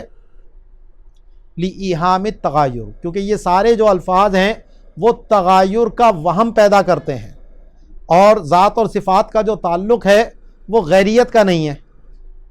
تو جو بھی تغیر کا وہم پیدا کریں وہ الفاظ اللہ کی صفات کے لیے ہم استعمال نہیں کریں گے۔ وَأَطْبَقُوا، اور اس پر سب کا اتفاق ہے کہ ان صفات کو ہم آراز نہیں کہہ سکتے، کیونکہ یہ بات پیچھے گزر چکی ہے کہ جسم اور آراز جو ہیں، اجسام اور آراز، وہ سب کے سب حادث ہیں، عدم سے وجود میں آئے ہیں۔ تو اگر آراز کا ان کے اوپر اطلاق کیا جائے گا تو اس سے ان کا حادث ماننا لازم آئے گا، حالانکہ جتنے بھی حوادثات ہیں وہ اللہ کے قصد اور ارادے سے پیدا ہیں، ان پر خلق کا اطلاق ہوتا ہے، اور ان صفات کے اوپر ہم خلق کا اطلاق نہیں کرتے۔ تو اس لیے اس پر سب کا اتفاق ہے کہ ان صفات کے لیے ہم عرض کا جو لفظ ہے وہ استعمال نہیں کر سکتے۔ ٹھیک ہے جی، یہاں تک تو ہماری یہ گفتگو ہو گئی کہ اللہ تبارک و تعالیٰ کی جو صفات ہیں وہ اس کی ذات کے ساتھ قائم ہیں اور ازلی ہیں، ان پر ہم حادث کا اطلاق نہیں کرتے۔ تو آگے ایک اور گفتگو ہے جو اہل سنت کے ہی علماء کے مابین وہ چیزیں آئی ہیں، تو اس پر تنبیہ جو ہے وہ شارح کرتے ہیں۔ تو انشاءاللہ اگلی گفتگو میں ہم اس کو یہیں سے جو سبق کو جوڑیں گے۔ وما علینا الا البلاغ المبین۔ الحمد للہ رب العالمین، والصلاة والسلام علی سید الانبیاء والمرسلین، اما بعد۔ پیچھے ہماری گفتگو ہو گئی کہ معتزلہ کا جو اعتراض تھا تعدد قدماء والا، وہ ہم پر لازم نہیں آتا، کیونکہ ہم جو صفات ہیں ان کو نہ ہم عین ذات مانتے ہیں اور نہ ہی ہم غیر ذات مانتے ہیں، یعنی ذات کا صفات کا ذات سے انفکاک یا جدا ہونا وہ محال ہے، ممکن نہیں ہے۔ اب بعض ہمارے جو اہل سنت کی کتابیں ہیں ان میں صفات کے اوپر قدیم کا اطلاق کیا گیا، اور قدیم ہونا یا واجب ہونا دونوں کا مفہوم ایک ہی ہے، کیونکہ جو واجب ہے وہی قدیم ہے جس کا ہونا ضروری ہے، اور قدیم وہ کہ جس کی کوئی ابتدا نہ ہو، جو کسی کا محتاج نہ ہو۔ تو جو بات قدیم کے اندر ہے وہی بات واجب کے اندر ہے، تو وہ ان صفات کو قدیم تو کہتے ہیں، واجب نہیں کہتے ہیں۔ واجب کا اطلاق صرف ذات باری تعالیٰ پہ ہی کیا جاتا ہے، صفات کے لیے واجب کا لفظ ہم نہیں کہتے، تو صرف قدیم کہتے ہیں۔ تو اس پر پھر یہ اعتراض ہوا کہ واجب اور قدیم ہونا تو ایک ہی ہے، تو اس پر پھر کیا کہا جائے؟ تو اس لیے ماتن نے یہاں پر تھوڑی سی تفصیل ایک بیان کی، اور جو اصطلاحات ہیں اس کی طرف تھوڑا سا وہ لے کر گئے ہیں۔ اسی طرح یہ جو تعدد قدماء والا مسئلہ ہے، اس اعتراض سے بچنے کے لیے اہل سنت ہی کا ایک قول یہ بھی ہے، جو کہ علامہ تفتزانی نے بھی اس کو بیان کیا، امام فخر الدین رازی نے بھی اسی کو اختیار کیا، اور خود امام اہل سنت مجدد دین و ملت پروان شمع رسالت امام احمد رضا خان علیہ رحمۃ الرحمن نے بھی، نیچے حاشیہ موجود ہے، ان حاشیوں پہ ہم آگے گفتگو کریں گے، تو اس میں بھی آپ نے اسی قول کو اختیار کیا کہ یہ جو صفات ہیں یہ ممکن بالذات ہے، یعنی قدیم نہیں ہے یہ، بلکہ ممکن بالذات ہیں، اور ذات کے لیے ثابت ہیں اقتضائے ذات کی وجہ سے، اور اس کا ذات سے جدا ہونا محال ہے۔ تو اس اعتبار سے ممکن بالذات ہو گئے اور واجب للغیر ہو گئے۔ ممکن بالذات اپنی ذات کے اعتبار سے تو یہ قدیم نہیں ہے، کیونکہ جو غیر کا محتاج ہو وہ قدیم نہیں ہوتا، اور یہ صفات اپنے قیام اور اپنے وجود میں ذات کی محتاج ہے، اقتضائے ذات کی وجہ سے ہے۔ تو اس اعتبار سے ان کے لیے انہوں نے واجب کا لفظ نہیں کہا، قدیم کا لفظ بھی نہیں کہا، بلکہ یہ کہا کہ یہ ممکن بالذات ہے، ٹھیک ہے۔ اور لیکن کیونکہ ذات سے یہ جدا نہیں ہو سکتے، زوال ان کے لیے نہیں ہے، تو اس طرح یہ واجب للغیر ہو گئے کہ ان کا ہونا ضروری ہو گیا۔ واجب للغیر سے مراد کہ اپنی ذات کے علاوہ ان کا وجود اس وجہ سے منع ہے، تو کیونکہ جس ذات کے لیے یہ ثابت ہیں اس ذات سے ان کی جدائیگی ممکن نہیں ہے، کیونکہ ذات کے تقاضے کی وجہ سے ہیں یہ، اور یہ جو ذات سے صادر ہیں وہ ایجاباً ثابت ہے، قصد اور ارادے سے نہیں ہے، ٹھیک ہے۔ تو یہ اس کے لیے پہلے جو اصطلاحات ہیں فلسفیوں کی اور جو ہمارے متکلمین کی، پہلے ان کو سمجھنا جو ہے وہ ضروری ہے۔ تو شارح ماتن جو ہے وہ پہلے اس طرف لا کر پھر ان باتوں کی طرف لے کر آئیں گے۔ تو فرماتے ہیں کہ وَلَمَّا كَانَ هَذَا الْمَقَامُ مَزَلَّةَ الْأَقْدَامِ لِكَثِيرٍ مِّنَ الْخَوَاصِ فضلاً عن العوام بسبب الخلط وعدم التفرقة بين اصطلاح الفلسفة والكلام فلا بأس بإيراد ما يزيل الأوهام۔ تو کہتے ہیں کہ جب یہ قدم یعنی ذات و صفات کا جو تعلق کا معاملہ ہے، صفات قدیم ہیں یا ممکن بالذات ہیں، یہ جو معاملات ہیں، تو یہ قدموں کے پھسلنے کی جگہ ہے، بہت سے خواص کے بھی، چاہے جائے کہ عوام کی بات کی جائے۔ تو یہ خواص کی طرف کہہ کر یہ علامہ تفتزانی اور دیگر امام رازی، یہ ان کی طرف یہ رد کرنا ان کا مقصود ہے، کیونکہ جو خود ماتن ہیں وہ اسی موقف پر ہیں کہ جو صفات ہیں نہ وہ عین ذات ہیں نہ غیر ذات ہیں، اور صفات کو اس طرح کہا جائے کہ قدیم جو ہے وہ صرف ایک ہی ذات ہے اور اس کے ساتھ اس کی صفات ہے، ٹھیک ہے نا۔ تو جن لوگوں نے اب ممکن بالذات کی بات کہی تھی، تو یہ ان کی طرف سے، ماتن کی طرف سے اس بات کا رد ہو رہا ہے کہ خواص بھی جو ہیں وہ، کیونکہ ممکن اور یہ جو اصطلاحیں ہیں یہ ہماری اصطلاح نہیں ہے ممکن کی، یہ اصطلاح فلاسفہ کی ہے۔ تو جب ہم عقیدہ اپنا بیان کر رہے ہیں تو ہمیں فلسفیوں کی اصطلاحیں بیان کرنے کی حاجت نہیں ہے۔ تو اسی لیے وہ فرما رہے ہیں کہ یہاں پر بہت سے خواص کے قدم بھی جو ہیں وہ پھسلے ہیں، عوام کی تو بات ہی چھوڑ دو، بس سبب خلط کے دو باتوں میں انہوں نے خلط کر دیا، متکلمین کی اصطلاحوں میں اور فلاسفہ کی اصطلاحوں میں، اور انہوں نے فرق نہیں کیا فلاسفہ اور متکلمین کی اصطلاحوں کے اندر۔ تو اسی لیے کہتے ہیں کہ حرج نہیں ہے کہ یہاں ہم چند وہ باتیں ذکر کریں کہ جس سے اوہام جو ہیں وہ دور ہو جائیں۔ فنقول، تو فرماتے ہیں کہ الموجود علی رأی المتکلمین ینقسم الی القدیم والحادث وعلی رأی الفلاسفۃ الی الواجب والممکن، کہ جو بھی چیز جس کا وجود ہے، محال کی بات نہیں ہو رہی، تو اس کی دو ہی قسمیں ہیں، قدیم اور حادث۔ جو کسی کا محتاج نہ ہو وہ قدیم ہے، اور جو غیر کا محتاج ہو وہ حادث ہے۔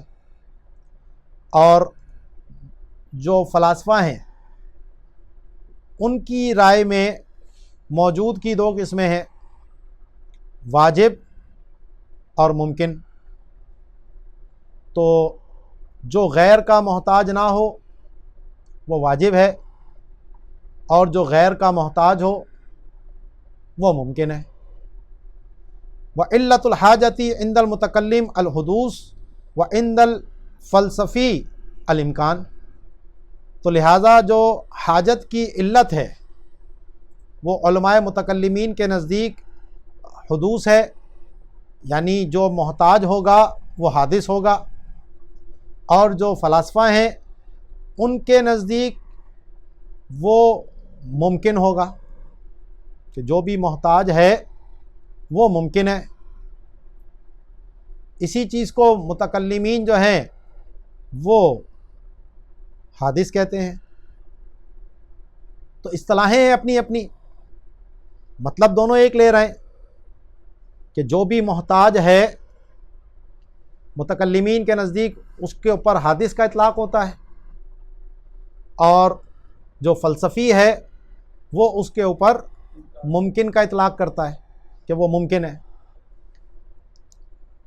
اب لیکن پھر وہ حادث کی دو قسمیں کرتا ہے فلسفی. ایک حادث ذاتی اور دوسرا حادث زمانی. حادث ذاتی تو کہتا ہے کہ جو محتاج الی الغیر ہے وہ حادث ذاتی ہے، یا ممکن ذاتی کہہ لیجیے اس کو. ممکن ذاتی جو محتاج الی الغیر ہو وہ حادث ذاتی یا ممکن ذاتی. اور جو حادث زمانی یا ممکن زمانی جس کو وہ کہتا ہے کہ جو مسبوق بالعدم ہو،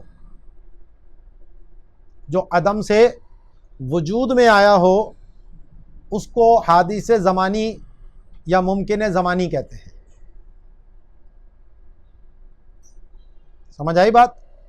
محتاج الی الغیر ہونے کے اعتبار سے وہ حادث ذاتی کہلائے گا، اور عدم سے وجود میں آنے کے اعتبار سے وہ حادث زمانی کہلائے گا. ٹھیک ہے. اسی طرح قدیم کی بھی ان کے نزدیک دو قسمیں ہو گئیں. ایک قدیم ذاتی کہ جس میں عدم احتیاج ہو، جو کسی کا محتاج نہ ہو، وہ قدیم ذاتی ہے. اور دوسرا قدیم زمانی کہ جو معدوم سے عدم میں وجود میں نہ آیا ہو. عدم المسبوقیتی بالعدم. عدم المسبوقیتی، پیچھے تھا مسبوقیتی بالعدم، یعنی جو عدم سے وجود میں نہ آیا ہو لیکن وہ غیر کا محتاج ہے، تو محتاج ہونے کے اعتبار سے تو وہ حادث ہوا تھا، لیکن کیونکہ یہ مسبوق بالعدم نہیں ہے تو اس اعتبار سے وہ اس کے اوپر قدیم زمانی کا اطلاق کرتے ہیں. سمجھ آئی بات؟ حادث زمانی اور حادث ذاتی. تو حادث ذاتی وہ تھا جو محتاج الی الغیر ہو، اور حادث زمانی وہ تھا جو مسبوق بالعدم ہو، یعنی عدم سے وجود میں آیا ہو. اسی طرح قدیم کی دو قسمیں انہوں نے کی. قدیم ذاتی وہ کہ جو کسی کا محتاج نہ ہو، اور اسی طرح قدیم زمانی وہ کہ جو مسبوق بالعدم نہ ہو، یعنی عدم سے وجود میں نہ آیا ہو. کیونکہ ان کے نزدیک یہ جو عالم ہے، پیچھے بھی میری بات ہوئی تھی آپ سے کہ عالم کو جو فلسفی ہے وہ قدیم مانتا ہے اور حادث بھی مانتا ہے. تو حادث ذاتی مانتا ہے اس کو وہ، لیکن قدیم زمانی مانتا ہے. حادث اس اعتبار سے مانتا ہے کہ اپنے عدم سے وجود میں آنے کے لیے وہ سانے کی موجد کی محتاج ہے یہ کائنات. اس اعتبار سے تو وہ حادث مان رہا ہے اس کو، لیکن وہ اس کی کوئی ابتدا نہیں مانتا، مسبوق بالعدم نہیں مان رہا اس کو، بلکہ وہ ذات باری تعالیٰ سے اس کو ایجاباً صادر مان رہا ہے، قصد اور ارادے سے نہیں مان رہا. تو اسی لیے وہ اس کو قدیم بالزمان کہتا ہے. اس کا رد ہم پیچھے کر چکے ہیں کہ یہ کائنات جو ہے وہ اللہ سے اس کے قصد اور ارادے سے ہے. جب قصد اور ارادے سے ہے تو وہ حادث بالزمان بھی ہے. حادث ذاتی بھی ہے اور حادث زمانی بھی ہے، کیونکہ یہ عدم سے وجود میں آئی ہے۔ اتنی بات سمجھ میں آ گئی آپ کو؟ تو یہ جو اب حادث ذاتی اور حادث زمانی ہے، ان کے درمیان جو نسبت ہے وہ عموم خصوص مطلق کی ہے۔ حادث زمانی اور حادث ذاتی، ان دونوں کے درمیان جو نسبت ہے وہ کیا ہے؟ عموم خصوص مطلق کی ہے۔ عموم خصوص مطلق کیا ہوتا ہے؟ جس میں ایک طرف سے تخلف ہوتا ہے، ایک تو پورا پورا صادق آتا ہے اور دوسرے کے بعض افراد اس پہ صادق آتے ہیں۔ تو اب ہر حادث زمانی جو ہے، یعنی جو مسبوق بالعدم ہے، جو عدم سے وجود میں آیا ہے، وہ حادث ذاتی ہے، یعنی محتاج الی الغیر ہے۔ جو بھی عدم سے وجود میں آیا ہے تو وہ اپنے وجود میں کسی صانع کا، کسی موجد کا محتاج ہے۔ تو ہر حادث زمانی حادث ذاتی ہے۔ جیسے انسان اور حیوان، تو ہر انسان حیوان ہے، ہر انسان حیوان ہے۔ تو ایسے ہی ہر حادث زمانی حادث ذاتی ہے۔ لیکن جو حادث ذاتی ہے، تو ہر حادث ذاتی جو ہے وہ حادث زمانی نہیں ہے ان کے نزدیک۔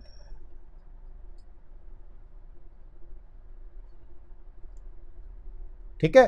تو ہر حادث ذاتی حادث زمانی نہیں ہے، جیسا کہ عالم کا معاملہ وہ مثال کے طور پر پیش کرتے ہیں کہ وہ اپنے وجود میں غیر کا تو محتاج ہے، صانع کی محتاجی تو وہ مانتے ہیں، لیکن مسبوق بالعدم نہیں مانتے۔ وہ اس کو یہ نہیں کہتے کہ عدم سے وجود میں آیا ہے۔ ہاں جی جی، وہی بات کر رہا ہوں میں۔ ٹھیک ہے، تو اتنی بات سمجھ میں آ گئی۔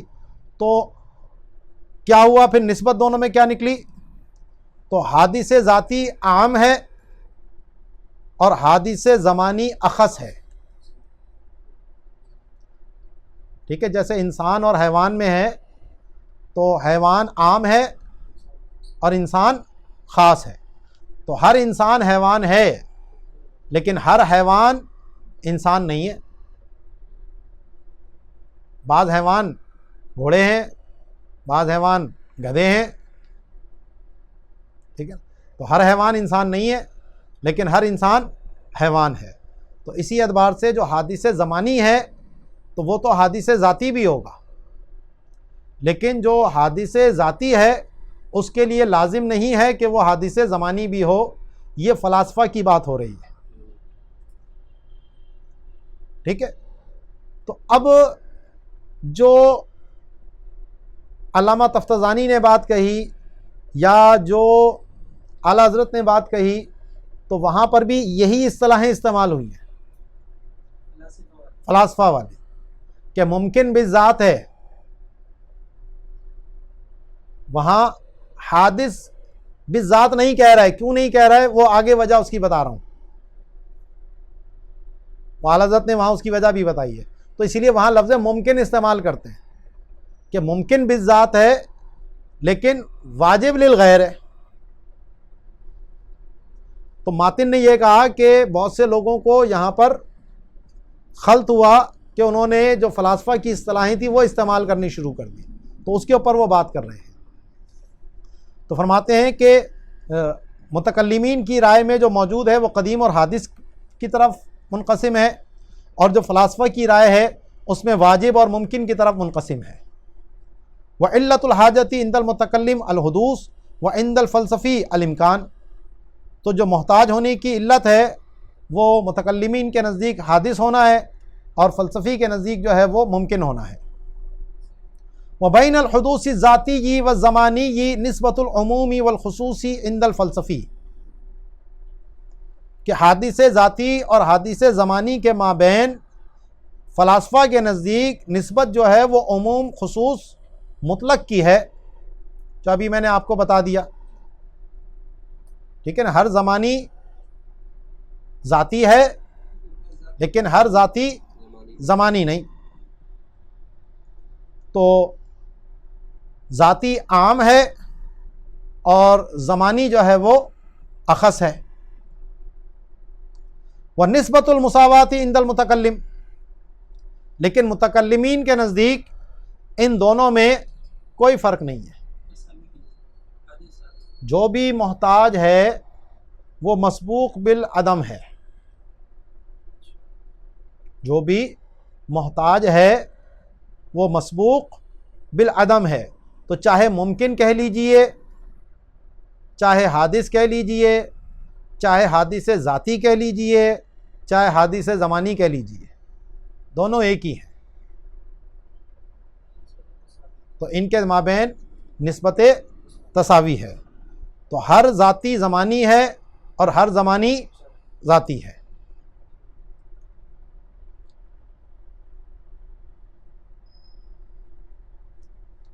والقدیم عند المتکلم لا يستند الى علت اصلا، اور قدیم کا جو معنی متکلم کے نزدیک ہے کہ وہ اصلاً کسی علت کی طرف مستند نہیں ہوتا، وہ کسی اپنے وجود میں کسی غیر کا محتاج نہیں ہوتا. بل یساوی الواجب الفلسفی، تو جو متکلم کا قدیم ہے وہ فلسفی کے واجب کے مساوی ہے. جس کو فلسفی واجب کہہ رہا ہے متکلم اسی کو قدیم کہہ رہا ہے. کما ان الامکان الفلسفی یساوی حدوث المتکلم، جیسا کہ فلسفی کا ممکن کہنا یعنی محتاج الی الغیر وہ متکلم کے حادث کے مساوی ہے، دونوں میں کوئی فرق نہیں ہے. وقالو، اور اسی لیے فرمایا کہ کل ممکن محدث، کہ ہر ممکن جو ہے وہ محدث ہے، حادث ہے. بمعنی الاحتیاج الی الغیر،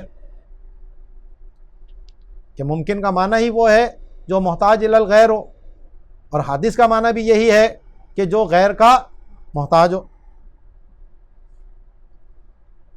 فلما قال المتکلم بقدم صفاته الکمالیتی فکأنما صرحا بعدم استنادها الی العلت. تو اب وہ کہتے ہیں کہ جب متکلم نے صفات کمالیہ کے قدیم ہونے کی بات کہی تو گویا کہ اس نے اس کے کسی علت کے طرف عدم استناد کی صراحت کر دی. کہ قدیم ہوتا ہی وہ ہے کہ جو کسی علت کی طرف مستند نہ ہو. سمجھ آئی نا بات؟ پیچھے بات ہو گئی ہے. تو جناب جو کسی علت کی طرف مستند نہ ہو تو وہی تو واجب ہے. تو اب یہاں پر وہی اعتراض جو میں نے کہا نا کہ بعض لوگوں نے صفات کے ساتھ جو قدیم کا لفظ کہا تو اس پر یہ اعتراض وارد ہو رہا ہے. تو قال سعد فی شرح المقاصد، تو علامہ سعد الدین تفتازانی نے شرح مقاصد کے اندر فرمایا والمتکلمون لما لم یقولوا بقدم شیء من الممکنات کان اثبات القدیم اثباتا للواجب، کہ جب متکلمین کے نزدیک ممکن میں سے کوئی چیز بھی قدیم نہیں ہے کیونکہ وہ قدیم زمانی وغیرہ کو تسلیم نہیں کرتے، تو جو بھی ممکن ہے وہ حادث ہے اور جو قدیم ہے وہ واجب ہے. تو جب انہوں نے ممکن میں سے کسی شے کے قدیم ہونے کو قول نہیں کیا تو قدیم کا اثبات واجب کا اثبات ہے، کیونکہ جب دونوں مساوی ہیں تو آپ نے جب صفات کو قدیم کہہ لیا تو اس کا مطلب ہے ان کو واجب کہہ لیا. تو امام راضی فرماتے ہیں فی المحصل اتفق المتکلمون علی ان القدیم یستحیل اسنادہ الی الفاعل، اور اپنی اسی بات کی پھر تائید بھی پیش کی امام راضی کی عبارت سے کہ متکلمین کا اس پہ اتفاق ہے کہ قدیم کی اسناد کسی فاعل کی طرف محال ہے، کیونکہ پھر وہ قدیم قدیم نہ ہوگا۔ اگر وہ غیر کا محتاج ہے تو اس کا تو فرض یہ کیا گیا تھا کہ وہ محتاج نہیں ہے، تو جب وہ کسی فاعل کی طرف استناد کرے گا تو پھر قدیم قدیم نہ رہے گا، ھذا خلف، تو یہ تو مفروضے کے برخلاف ہے۔ تو اس لیے فرماتے ہیں کہ قدیم کا کسی فاعل کی طرف اسناد ہونا یہ محال ہے، ہو نہیں سکتا یہ۔ اور جو اس کی شرح تحصیل ہے اس میں فرمایا کہ اما اصحاب ابی الحسن الاشعری یقولون بصفات قدیمۃ، کہ امام ابو الحسن اشعری کے جو شاگرد ہیں، جو ان کے مذہب کے پیروکار ہیں، اگرچہ وہ صفات قدیمہ کا قول کرتے ہیں، لیکنہم یقولون لا ہی عین الذات ولا غیرها، تو اس سے ان پر تعدد قدماء کا الزام تو آ رہا تھا، تعدد واجب کا الزام آ رہا تھا، لیکن جب انہوں نے یہ بات کہہ دی کہ نہ یہ صفات عین ذات ہیں نہ یہ صفات غیر ذات ہیں، ٹھیک ہے، یہ انہوں نے صراحت کر دی اس بات کی، فَلِذَلِكَ لَا يُطْلِقُونَ الْمَعْلُولِيَّةَ عَلَيْهَا، اسی لیے وہ ان صفات کے اوپر معلولیت کا اطلاق نہیں کرتے کہ ذات علت ہے اور یہ صفات معلول ہیں، کیونکہ جو معلول ہوتا ہے وہ علت کا غیر ہوتا ہے، علت اور معلول دونوں غیر ہوتے ہیں، تو اسی لیے اب صفات کو تو یہ غیریت نہیں مان رہے، اور اگر اس کو معلولیت کہہ دیا جائے کہ ذات علت ہے اور یہ صفات اس کی معلول ہیں، تو اس سے جو ہے وہ تو پھر غیریت ثابت ہو جائے گی، اسی لیے وہ اس پر معلولیت کا اطلاق نہیں کرتے صفات پر۔ وفی شرح المواقف للسید وعلم ان القائل بان علت الحاجة هي الحدوث او مع الامکان حقه ان يقول ان القدیم لا يستند الى علت اصلا لانه لا حاجة له الى مؤثر قطعا فلا يتصور منه القول ان القدیم يجوز استناده الى الموجب۔ تو یہ علامہ سید شریف جرجانی کی جو شرح ہے، شرح مواقف، تو اس سے بھی یہی بات انہوں نے ایک اقتباس نقل کیا کہ جان لو کہ جو یہ کہتا ہے کہ حاجت کی جو علت ہے وہ حدوث ہے یا امکان ہے، یعنی متکلم ہو یا فلسفی ہو، دونوں کے نزدیک جو محتاج ہونا ہے تو اس سے یا وہ حادث ہو جائے گا، یا متکلم کہے گا حادث اور وہ فلسفی اس کو کہے گا ممکن۔ تو اس کو یہ کہنا چاہیے، اس کا حق یہ ہے کہ وہ یوں کہے کہ قدیم جو ہے وہ کسی علت کی طرف اصلاً مستند نہیں ہوتا، کیونکہ پھر وہ قدیم قدیم نہیں رہے گا۔ قدیم کا معنی ہی یہ ہے کہ وہ غیر کا محتاج نہ ہو، تو لِأَنَّهُ لَا حَاجَةَ لَهُ إِلَى مُؤَثِّرٍ قَطْعًا، تو اسے اپنے وجود کے لیے کسی مؤثر کی قطعاً حاجت نہیں ہوتی، تو لہٰذا جب وہ یہ مانتے ہیں اس بات کو کہ علت جو ہے وہ حاجت کی علت جو ہے اس سے حادث ہو جائے گا یا وہ چیز ممکن ہو جائے گی، تو اب یہ کہنا اس سے متصور نہیں ہے کہ ان القدیم یجوز استنادہ الی الموجب، کہ قدیم کا اپنے موجب کی طرف استناد ہونا جائز ہے، کیونکہ صفات کا استناد ذات کی طرف ہے، صفات کا استناد ذات کی طرف ہے، تو وہ کہہ رہے ہیں پھر یہ قول تو متصور ہو ہی نہیں رہا، کیونکہ قدیم تو وہ ہوتا ہے جو کسی مؤثر کی طرف اس کو حاجت قطعاً نہیں ہوتی، اور ہم یہ کہہ رہے ہیں کہ یہ جو ذات ہیں وہ یہ جو صفات ہیں وہ ذات سے ثابت ہیں، تو استناد تو کر دیا ہم نے یہاں پر۔ تو چاہے آپ متکلم کی اصطلاح لے لو چاہے آپ فلسفی کی اصطلاح لے لو، تو جناب یہ تو کہنا متصور ہی نہیں ہے اگر وہ قدیم اور اس کے معنی کو جانتا ہے کہ یوں کہا جائے کہ قدیم جو ہے اس کی استناد کسی موجب کی طرف کرنا جائز ہے. ٹھیک ہے، یہ رد کیا انہوں نے اس بات پر کہ جو صفات کو قدیم کہہ کر ذات کی طرف اس کی استناد کر رہے ہیں، کہ اس طرح تو یہ بات ہو نہیں سکتی، متصور ہی نہیں ہے یہ. اور حاشیہ جو برجندی ہے اسی شرح مواقف کے اوپر، اس میں فرمایا کہ ولا یتصور منہم الاتفاق، کہ ان سے اس قول کے اتفاق کا تو تصور نہیں ہے کہ وہ اس بات پر سب اتفاق کر لیں جو یہ بات آپ نے کہی ہے. وَأَقُولُ بَالْحَقُّ هُوَ أَن يَقُولَ، بلکہ ان کو یوں کہنا چاہیے تھا کہ القدیم یساوی الواجب، قدیم اور واجب برابر ہیں. قدیم کہہ لو واجب کہہ لو، مطلب ایک ہی ہے دونوں کا، کہ جو محتاج الی الغیر نہیں ہے.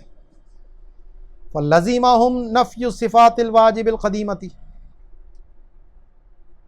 تو جب آپ نے صفات کو ذات کی طرف احتیاج کو تسلیم کر لیا کہ یہ صفات ذات کے بغیر قائم نہیں ہیں، یہ اپنے قیام میں ذات کی محتاج ہیں، تو پھر اس سے صفات قدیمہ کی نفی لازم آ رہی ہے. فَلَزِمَ نَفْيُ صِفَاتِ الْوَاجِبِ الْقَدِیمَةِ، تو جب آپ نے ان صفات کو اللہ کی ذات کا محتاج کہہ دیا کہ وہ اپنے قیام میں ذات کی محتاج ہیں، تو اس سے تو ان صفات قدیمہ واجبہ کی نفی لازم آ رہی ہے.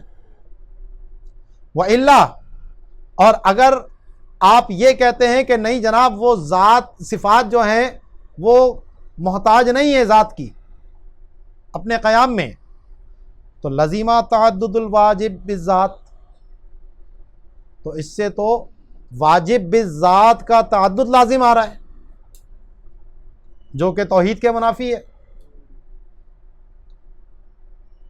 الا، مگر یہ کہ اس میں یہ عذر پیش کیا جائے ان یعتذر بان صفات اللہ تعالی لیست عینہ ولا غیرہ فلا یلزم واجب غیر الذات، تو جب یہ عذر پیش کیا جائے کہ جناب جو صفات اللہ ہیں وہ نہ عین ذات ہیں اور نہ ہی غیر ذات ہیں، تو اس سے غیر ذات کا واجب ہونا لازم نہیں آیا.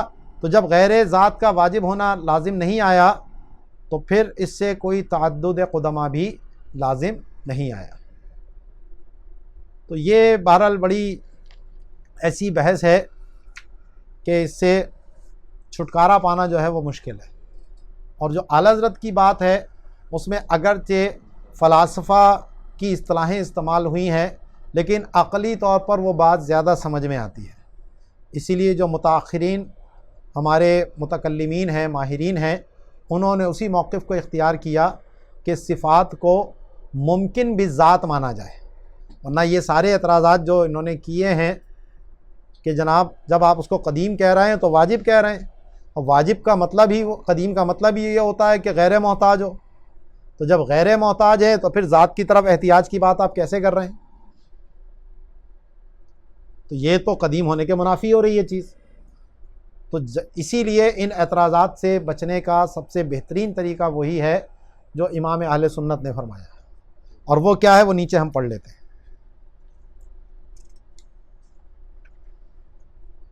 یہ والا حاشیہ کیونکہ اس مقام کے ساتھ متصل جڑا ہوا ہے اور بات یہاں پر بالکل صحیح سمجھ میں آتی ہے یہاں پر، اور اعلی حضرت اسی مقام کی توضیح فرما رہے ہیں.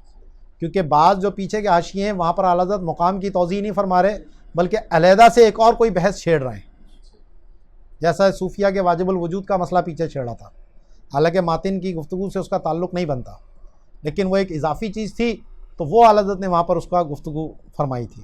لیکن یہ جو یہاں پر حاشیہ ہے یہ بالکل اس مقام کے مناسب ہے. تو اعلی حضرت فرماتے ہیں اقول الغنی عن المؤثر یساوی الوجوب الذاتی،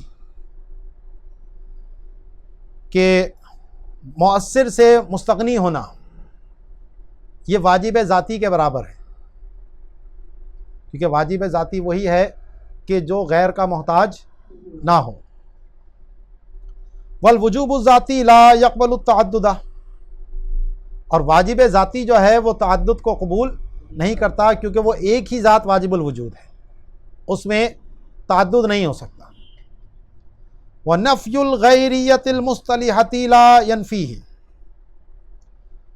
اور جو اشاعرہ نے غیریت کی تعریف کی عدم انفکاک سے، جدا نہ ہو سکنے سے، تو فرماتے ہیں یہ جو غیریت مصطلحہ ہے جو اشاعرہ نے جس کی اصطلاح بیان کی ہے، تو اس سے واجب ذاتی کی نفی نہیں ہوتی، یعنی یہ جو صفات ہیں اس غیریت کے قول سے ان صفات کا واجب ذاتی نہ ہونا لازم نہیں آ رہا، بلکہ اس قول کے باوجود بھی یہ جو الزام ہے کہ آپ نے صفات کو واجب ذاتی مان لیا، یہ الزام برقرار ہے۔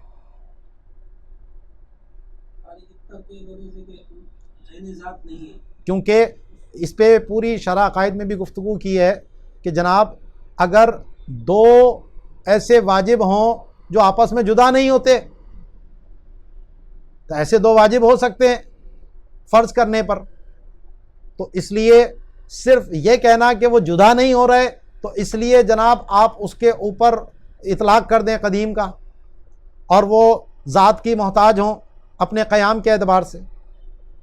تو یہ جو غیریت کی آپ بات کر رہے ہیں، اس غیریت سے ان صفات سے واجب ذاتی ہونے کی نفی نہیں ہوتی، ٹھیک ہے؟ تو فرماتے ہیں کہ وَنَفْيُ الْغَيْرِيَّةِ الْمُصْطَلِحَةِ، کہ جو غیریت کے معنی شاعرہ نے بیان کیے ہیں اس کی نفی کرنے سے لا ينفیہ، تو ان صفات کا واجب ذاتی ہونے کی نفی نہیں ہوتی۔ والحق الحقیق بالقبول المستقر علیہ رأی الفحول کالامام الرازی والعلامۃ سعد وغیرہما ما القینا علیک من قبل۔ اب وہ بیچ میں حاشیہ آ گئے نا، یہ میں کہہ رہا ہوں آپ کو کہ عبارت کا تسلسل توڑ دیتے ہیں۔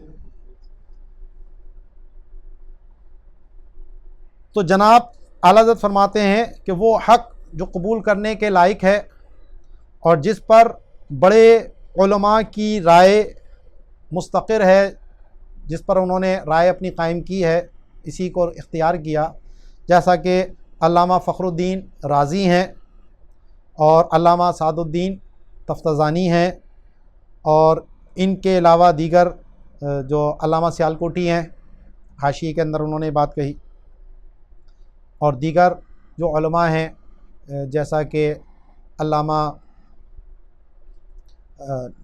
نبھانی اور اپنے کیا کہتے ہیں علامہ عبدالوہاب شعرانی رحمۃ اللہ علیہ، اور دوسرے جو ہیں وہ علامہ نابلسی، ان سب کی بھی رائے اسی طرف ہے۔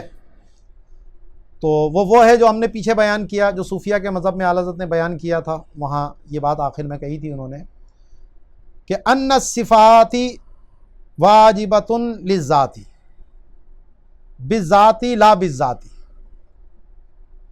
اب یہ 3 دفعہ ذات کا لفظ آیا یہاں پر،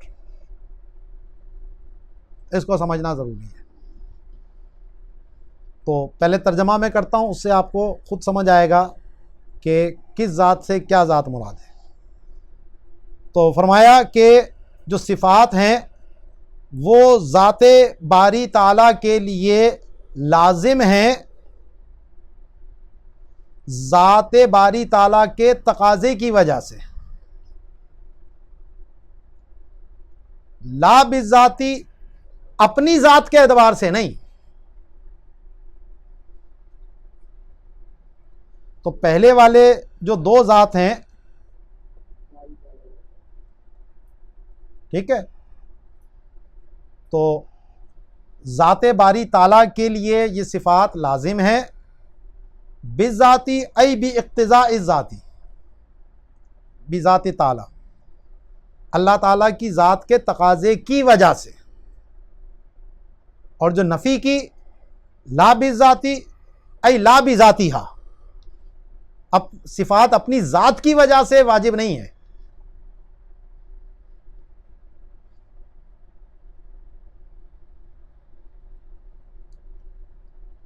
تو پھر اس جملے کا مطلب یہ ہوا کہ صفات جو ہیں وہ ممکن بالذات ہو گئیں، ٹھیک ہے نا، اور ذات کو لازم ہو گئیں، تو اس اعتبار سے یہ واجب للغیر ہو گئیں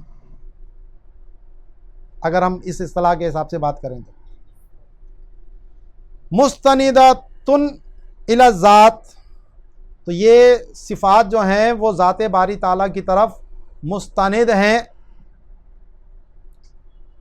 تو استناد ہو گیا تو واجب کی نفی ہو گئی، کیونکہ جو واجب ہے اس میں تو اصلاً استناد نہیں ہوتا.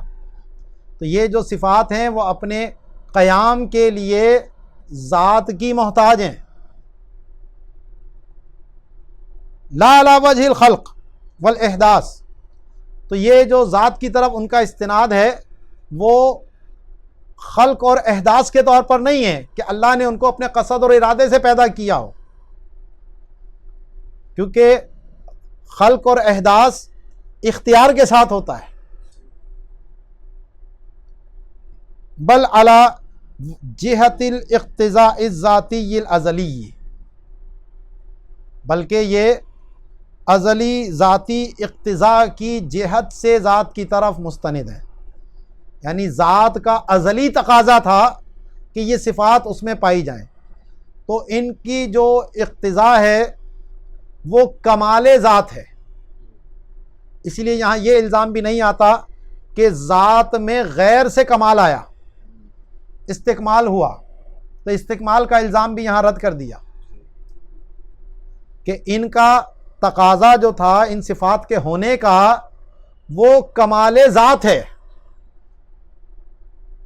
تو جب کمال ذات ہی ان کی مقتضی ہے تو استکمال بالغیر کا الزام یہاں نہیں لگے گا. تو فرماتے ہیں بل علی جہت الاقتضاء الذاتی الازلی والافتقار فی الوجود والقیام، اور جو ذات کی طرف ان کی احتیاج ہے وہ وجود اور قیام میں ہے. والممکن وکذل ذات حادث الذاتی عام من الزمان مطلقا، اور حادث ذاتی اور اسی طرح حادث زمانی جو ہے، حادث ذاتی جو ہے وہ یا ممکن ذاتی یہ زمانی سے عام ہے مطلقاً، جو پیچھے میں نے آپ کو بتا دیا. ٹھیک ہے جی، ہر زمانی ذاتی ہے لیکن ہر ذاتی زمانی نہیں. والقدیم من الممکن من وجہ، اور قدیم اور ممکن کے درمیان جو تعلق ہے وہ عموم خصوص من وجہ کا ہے. عموم خصوص من وجہ کی نسبت جیسے فرس، گھوڑا اور سفید. بعض گھوڑے سفید ہوتے ہیں، ٹھیک ہے نا، بعض گھوڑے سفید ہوتے ہیں اور بعض سفید گھوڑے ہوتے ہیں، لیکن نہ ہر سفید چیز گھوڑا ہے نہ ہر گھوڑا سفید ہے. تو دونوں میں ایک مادہ اتفاق آتا ہے اور دو مادہ اختلاف ہوتے ہیں، دونوں میں تخلف ہوتا ہے. تو ایسے ہی ممکن اور قدیم، تو ان کے درمیان جو نسبت ہے وہ کون سی ہے؟ عموم خصوص من وجہ کی ہے، کیونکہ ذات باری تعالی قدیم ہے، ممکن نہیں، تخلف ہو گیا. اور عالم جو ہے وہ ممکن ہے، قدیم نہیں. دوسرا تخلف ہو گیا.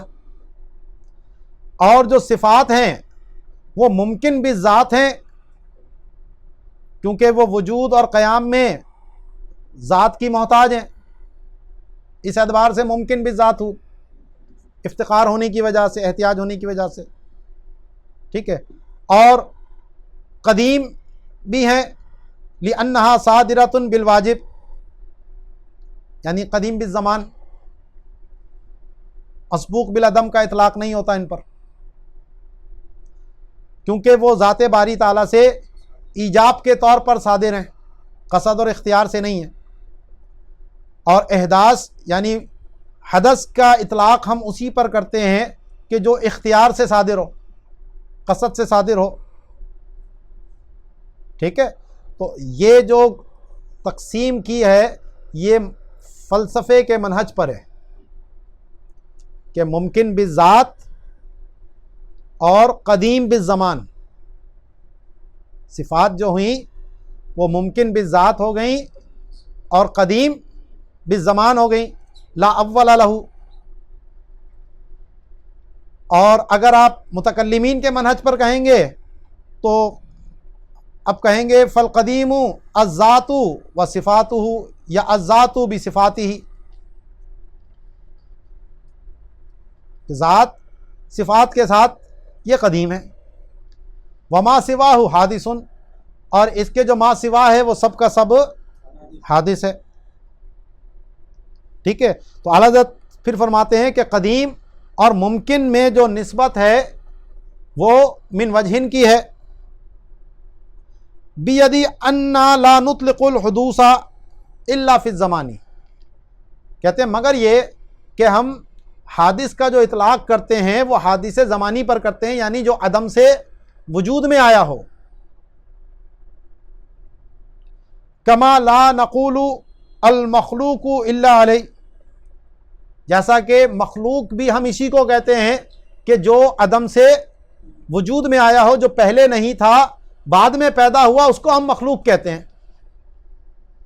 لأن الخلق هو الایجاد بالاختیار، کیونکہ خلق کہتے ہی اس چیز کو ہیں کہ جو اختیار سے وجود میں آیا ہو. اسی لیے ہم ان صفات کو حادث نہیں کہتے، کیونکہ حادث کا جو اطلاق ہوتا ہے وہ حادث زمانی پر ہوتا ہے. اسی لیے لفظ ممکن استعمال کیا یہاں پر، کیونکہ ممکن میں دونوں چیزیں آ جاتی ہیں، ممکن بالذات اور دوسری ممکن زمانی، لیکن اس میں دونوں چیزیں، اسی لیے امکان عام امکان خاص کی بات ہوتی ہے. لیکن جو حدوث کا لفظ ہے یا حادث کا لفظ ہے وہ کہا ہی عام طور پر حادث زمانی کے لیے ہے، یعنی جو عدم سے وجود میں آیا ہو. اسی لیے پوری کائنات کو ہم حادث کہتے ہیں کیونکہ وہ عدم سے وجود میں آیا ہے. لیکن اللہ کی صفات کا یہ معاملہ نہیں ہے، کیونکہ وہ اس کے قصد اور ارادے سے نہیں ہے بلکہ ذات کے تقاضے کی وجہ سے ہیں. اسی لیے اس کے اوپر ممکن کا لفظ کہہ دیا جاتا ہے، امکان ذاتی کی بات. ٹھیک ہے جی، یہ بات سمجھ میں آ گئی ہے. تو اب خلاصہ فرماتے ہیں کہ صفات اللہ تعالی فی الازل غیر محدثۃ ولا مخلوقۃ. تو جناب خلاصہ یہ نکل رہا ہے کہ اللہ کی جو صفات ہیں وہ ازل میں ہیں اور غیر محدثہ ہیں، یعنی غیر محدثہ بالزمان ہے. ٹھیک ہے، اسی پر اس کا اطلاق ہوتا ہے. ولا مخلوقۃ، اور ان کو ہم مخلوق بھی نہیں کہتے، کیونکہ مخلوق تو وہ ہوتا ہے کہ جو ایجاد بالاختیار ہو. یہ کیونکہ ایجاد بالاختیار نہیں ہے اسی لیے یہ مخلوق بھی نہیں ہے. فمن قال انہا مخلوقۃ، تو جس نے ان صفات کو مخلوق کہا، جیسے کلام اللہ کو انہوں نے مخلوق کہا معتزلہ نے، او محدثۃ، یا ان کو حادث کہا جیسے کرامیہ نے، او وقف فیہا، یا اس میں توقف کیا، بِأَن لَا يَحْكُمَ بِأَنَّهَا قَدِيمَةً وَحَادِثَةً، کہ کوئی حکم نہیں لگا رہا، بس صفات ہیں جناب، قدیم ہے حادث ہے مجھے نہیں پتا. توقف کرتا ہے، او شک فیہا یا اسے اس میں شک بھی ہوتا ہے، او تردد فی ہذہ المسئلۃ یا اسے اس مسئلے میں تردد ہوا، ونحوہا یا اسی قسم کے دوسرے مسئلے میں، فہو کافر باللہ تو وہ اللہ کا انکار کرنے والا ہوا کہ اللہ کے لیے جو اعتقاد رکھنا لازم تھا اس کو یا تو اس نے اس اعتقاد کی نفی کی یا اس چیز کا اعتقاد نہ رکھا، چونکہ شک کی وجہ سے یا توقف کی وجہ سے بھی وہ اعتقاد کی تو نفی ہو گئی۔ اور یہاں پر کافر باللہ جو کہا ہے تو اس سے مراد جو ہے وہ کفر لزومی ہے، کفر التزامی نہیں ہے، ٹھیک ہے، لازم آ رہا ہے یہ۔ اور جو متکلمین ہیں وہ کفر التزامی جب تک نہ ہو، ضروریات دین کا انکار نہ ہو، اس وقت تک تکفیر نہیں کرتے۔ تو یہاں پر بھی اعلیٰ حضرت کا حاشیہ دیکھ لیتے ہیں کہ وقت تواتر ھذا نص سیدنا الامام الاعظم فی الفقہ الاکبر، کہ یہی بات امام اعظم نے فقہ اکبر کے اندر فرمائی ہے، وقت تواتر عن الصحابۃ الکرام والتابعین العظام والمجتہدین الاعلام، اور یہی بات صحابہ کرام سے اور تابعین اعظام سے اور مجتہدین اعلام سے تواتر سے ثابت ہے کہ اکفار القائل بخلق الکلام، کہ جو کلام اللہ کو مخلوق کہے گا اس کی تکفیر کی جائے گی، کما نقلنا نصوص کثیر منہم فی سبحان السبوح عن عیب کذب مقبوح، کہ ہم نے بہت ساری نصوص جو ہے وہ اپنے اس رسالے سبحان السبوح کے اندر نقل کی ہیں، وہم القدوۃ للفقہاء الکرام، اور یہی جو ہیں وہ قابل حجت ہیں یا جن کی پیروی کی ہے فقہاء کرام نے، فی اکفار کل من انکر قطعیا، اس بات میں کہ جو بھی قطعی چیز کا انکار کرے گا تو فقہا اس کی تکفیر کرتے ہیں، والمتکلمون خصوہ بالضروری وہو الاحوط، اور متکلمین نے تکفیر کو خاص کیا اس چیز کے انکار کے ساتھ کہ جو ضروری ہو۔